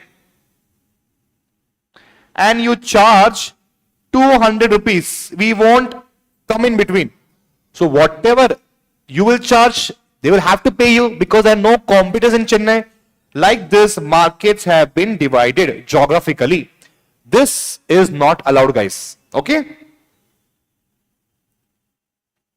This is not allowed. This one is also not allowed. A complaint is filed before CCI alleging anti-competitive practices. Examine whether LMN has entered into anti-competitive agreements under Competition Act 2002. Sure, guys. Now, first of all, you have to write down the meaning of anti-competitive agreements. What is the meaning of anti-competitive agreements? Any agreement with respect to production, supply, distribution, pricing, which causes or likely to cause bad impact or appreciable adverse effect on competition is called as anti-competitive agreements, and hence it is prohibited. Always remember, guys, this one rule is very, very important. Anti-competitive agreements. Anti-competitive agreements. If they cause appreciable adverse effect on competition, it is not allowed. If they don't cause, it is allowed. It is up to CCI. They will decide. Okay, guys, chalo. Now you will write down the types of agreements: horizontal agreements and vertical agreements. Which type of agreements are presumed to cause appreciable adverse effect on competition? Horizontal agreements are presumed to cause appreciable adverse effect on competition. So it doesn't matter whether it is really causing bad impact or not. If you have entered into horizontal agreements with your competitors instead of competing, it will be presumed to cause appreciable adverse effect on competition, completely void.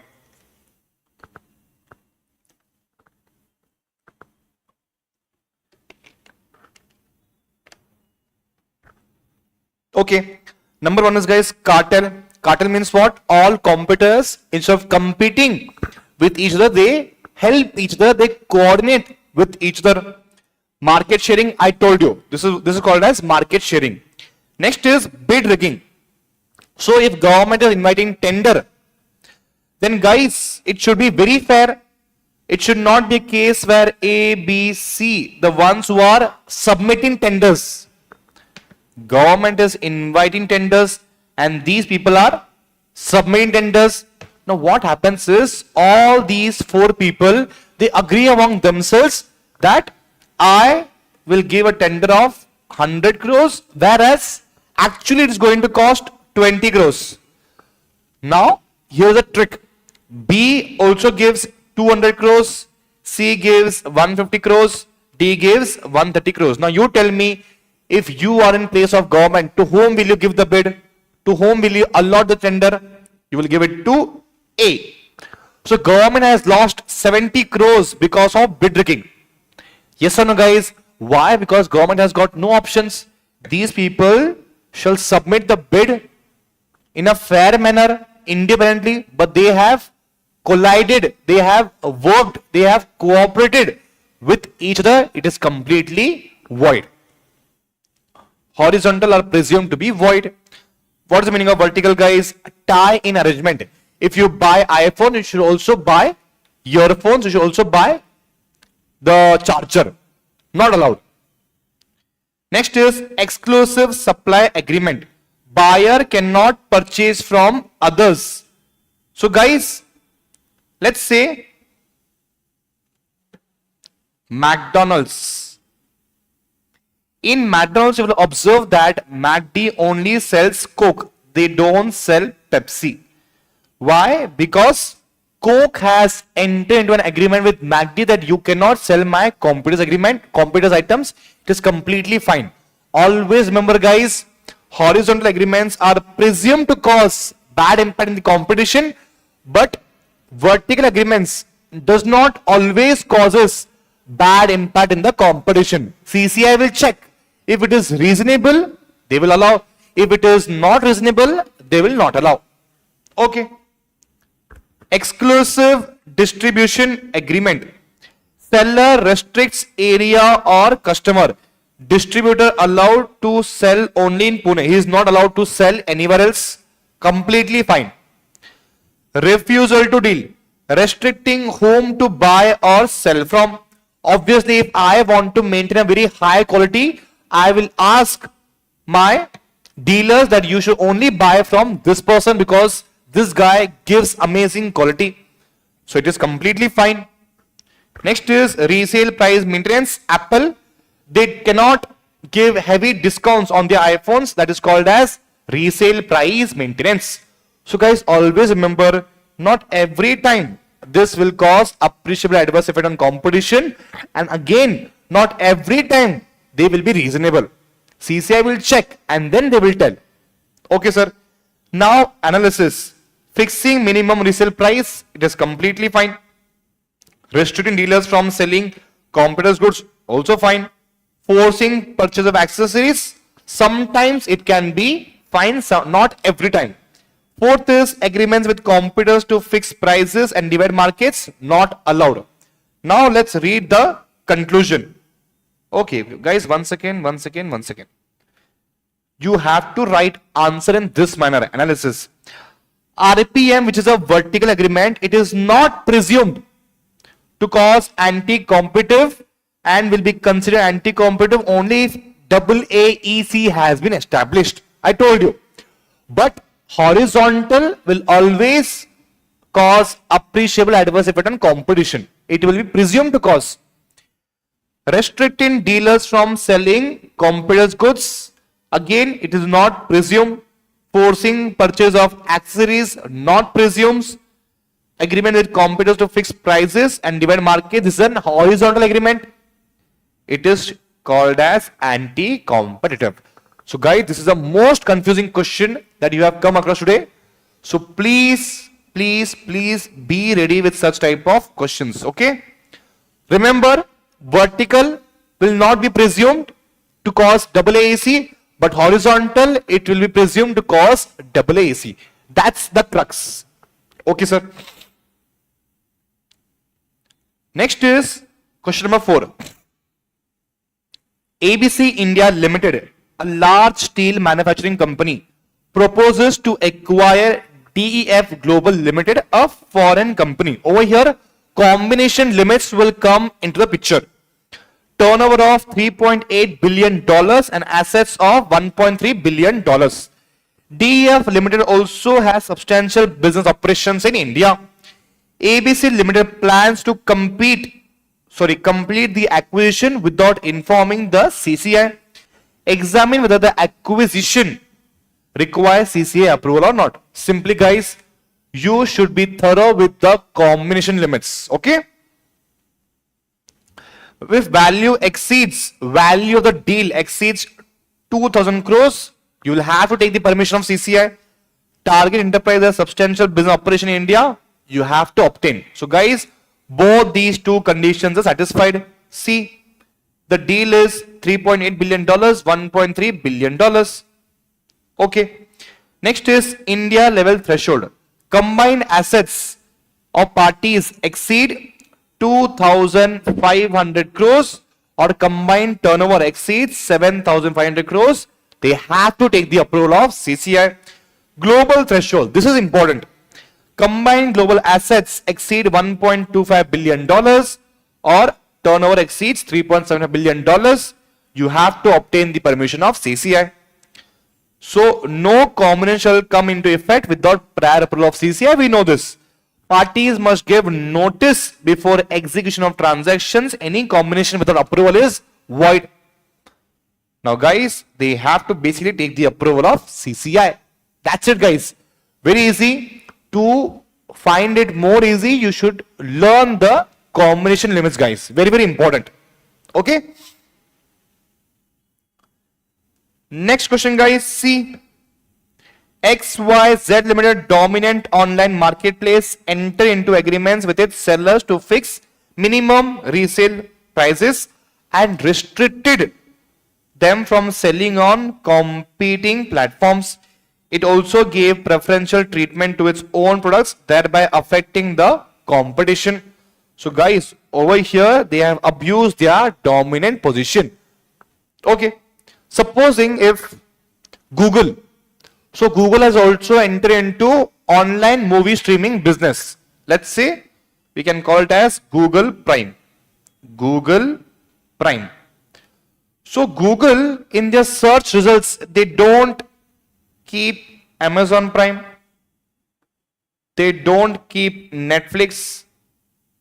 They don't Netflix. They don't keep, let's say, Geo Hotstar.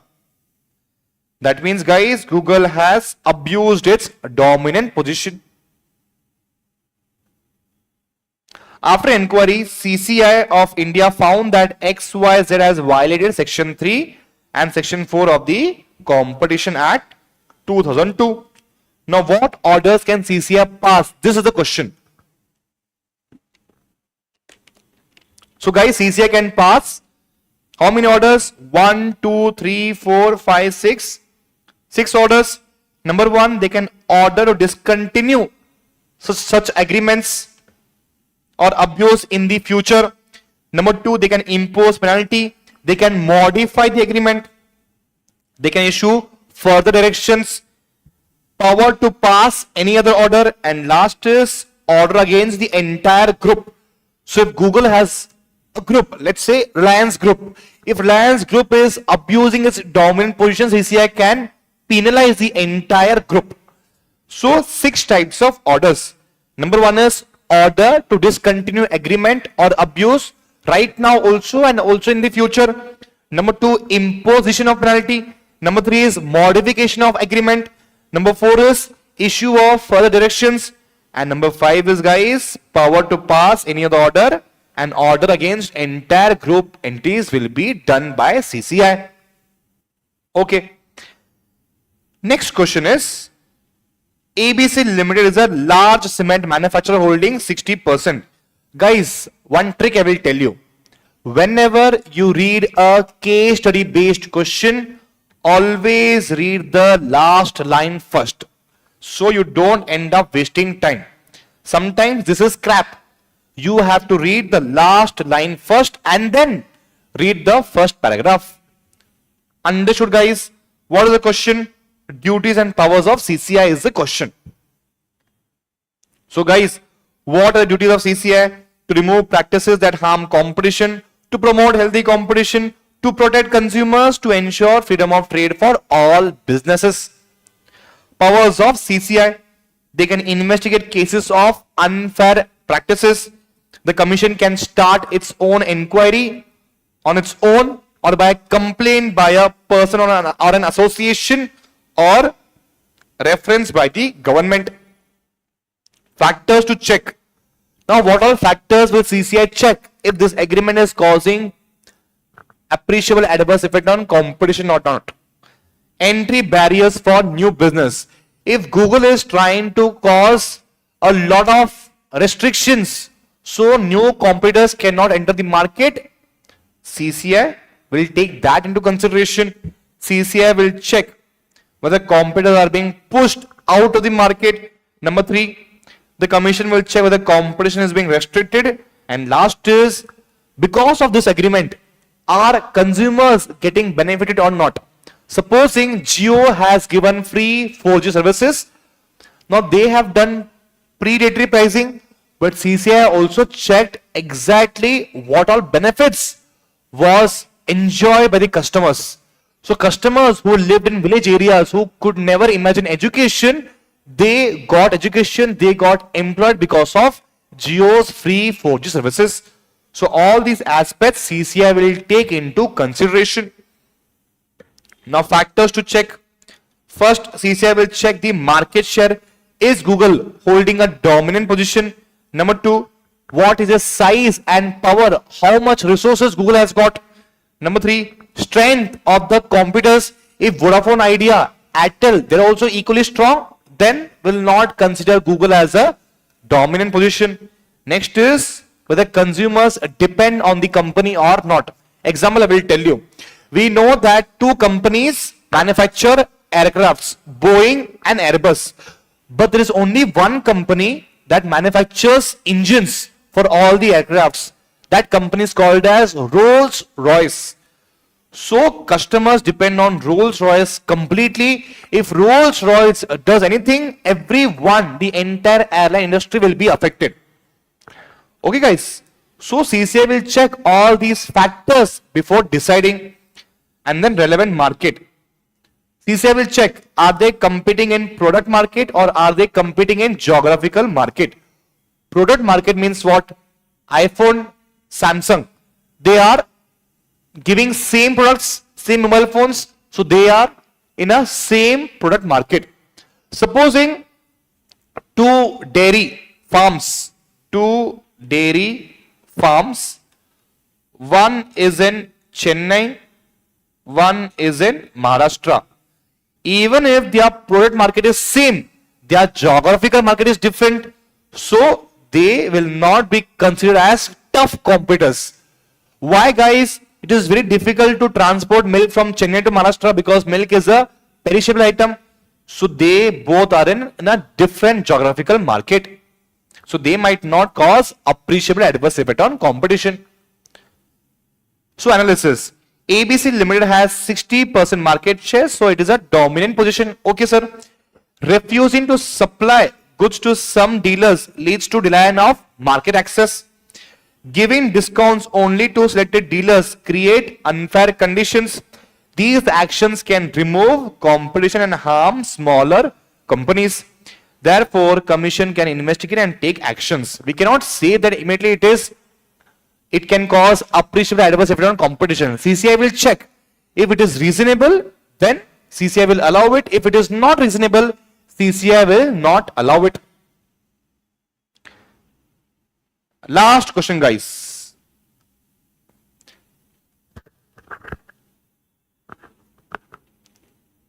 Yes, chalo guys. ABC Limited is under investigation by CCI for the anti-competitive practices. I told you, you have to read the last sentence first. Examine the penalty under section 45 for such conduct. We didn't understand anything. Now let's read the question. Submits false financial information, fails to disclose certain important agreements with the competitors, destroys internal emails that were relevant to the case. Basically, you have submitted false information to CCI. So now guys, examine the penalty. Provision you have to write. Penalty is imposed if a person makes false statements, omits to disclose important things to CCI, alters, suppresses or destroys documents required by Commission, you will be penalized. Penalty will be up to 1 CR. It may also impose a penalty up to 1 lakh rupees per day.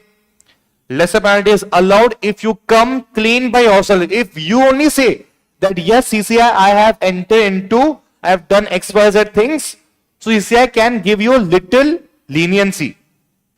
A lesser penalty may be granted if the person makes full and true disclosure. I have come clean myself.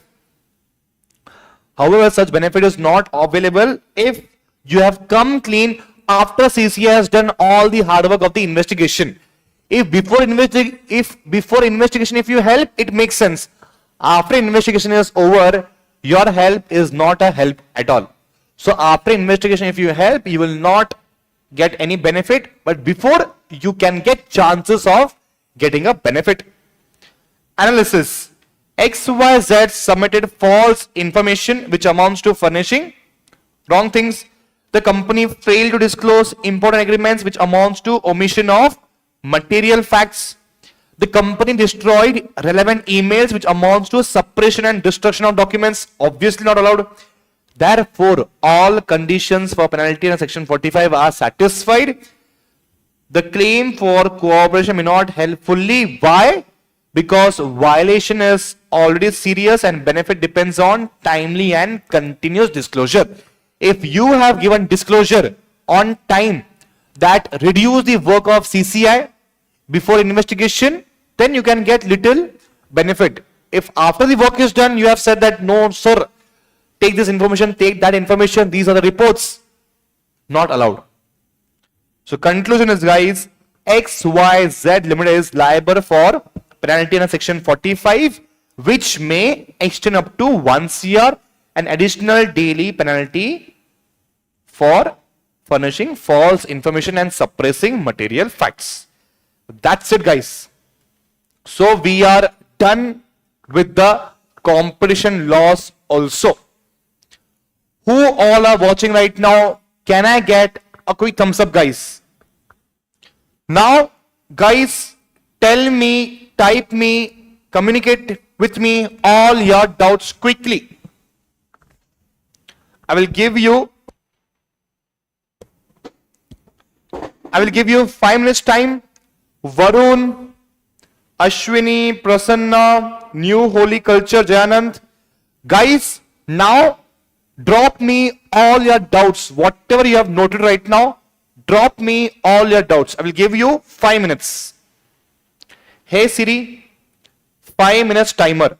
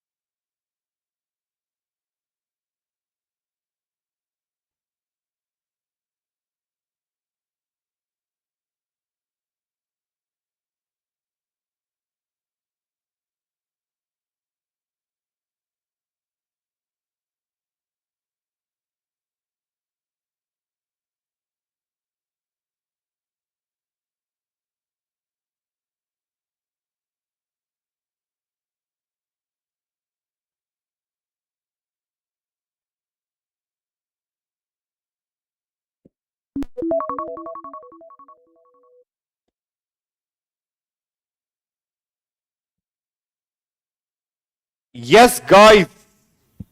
So, schemes for MSME. Jayanand, first of all, tell me what schemes exactly, specifically, you want the explanation for. We'll come over here. MSME schemes.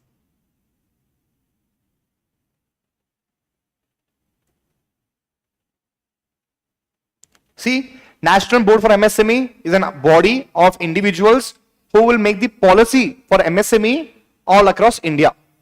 Okay? Number one. Number two, MSME registration. Whoever wants to get the benefit, they have to register themselves under MSME. Number three, Micro and Small Enterprises Facilitation Council.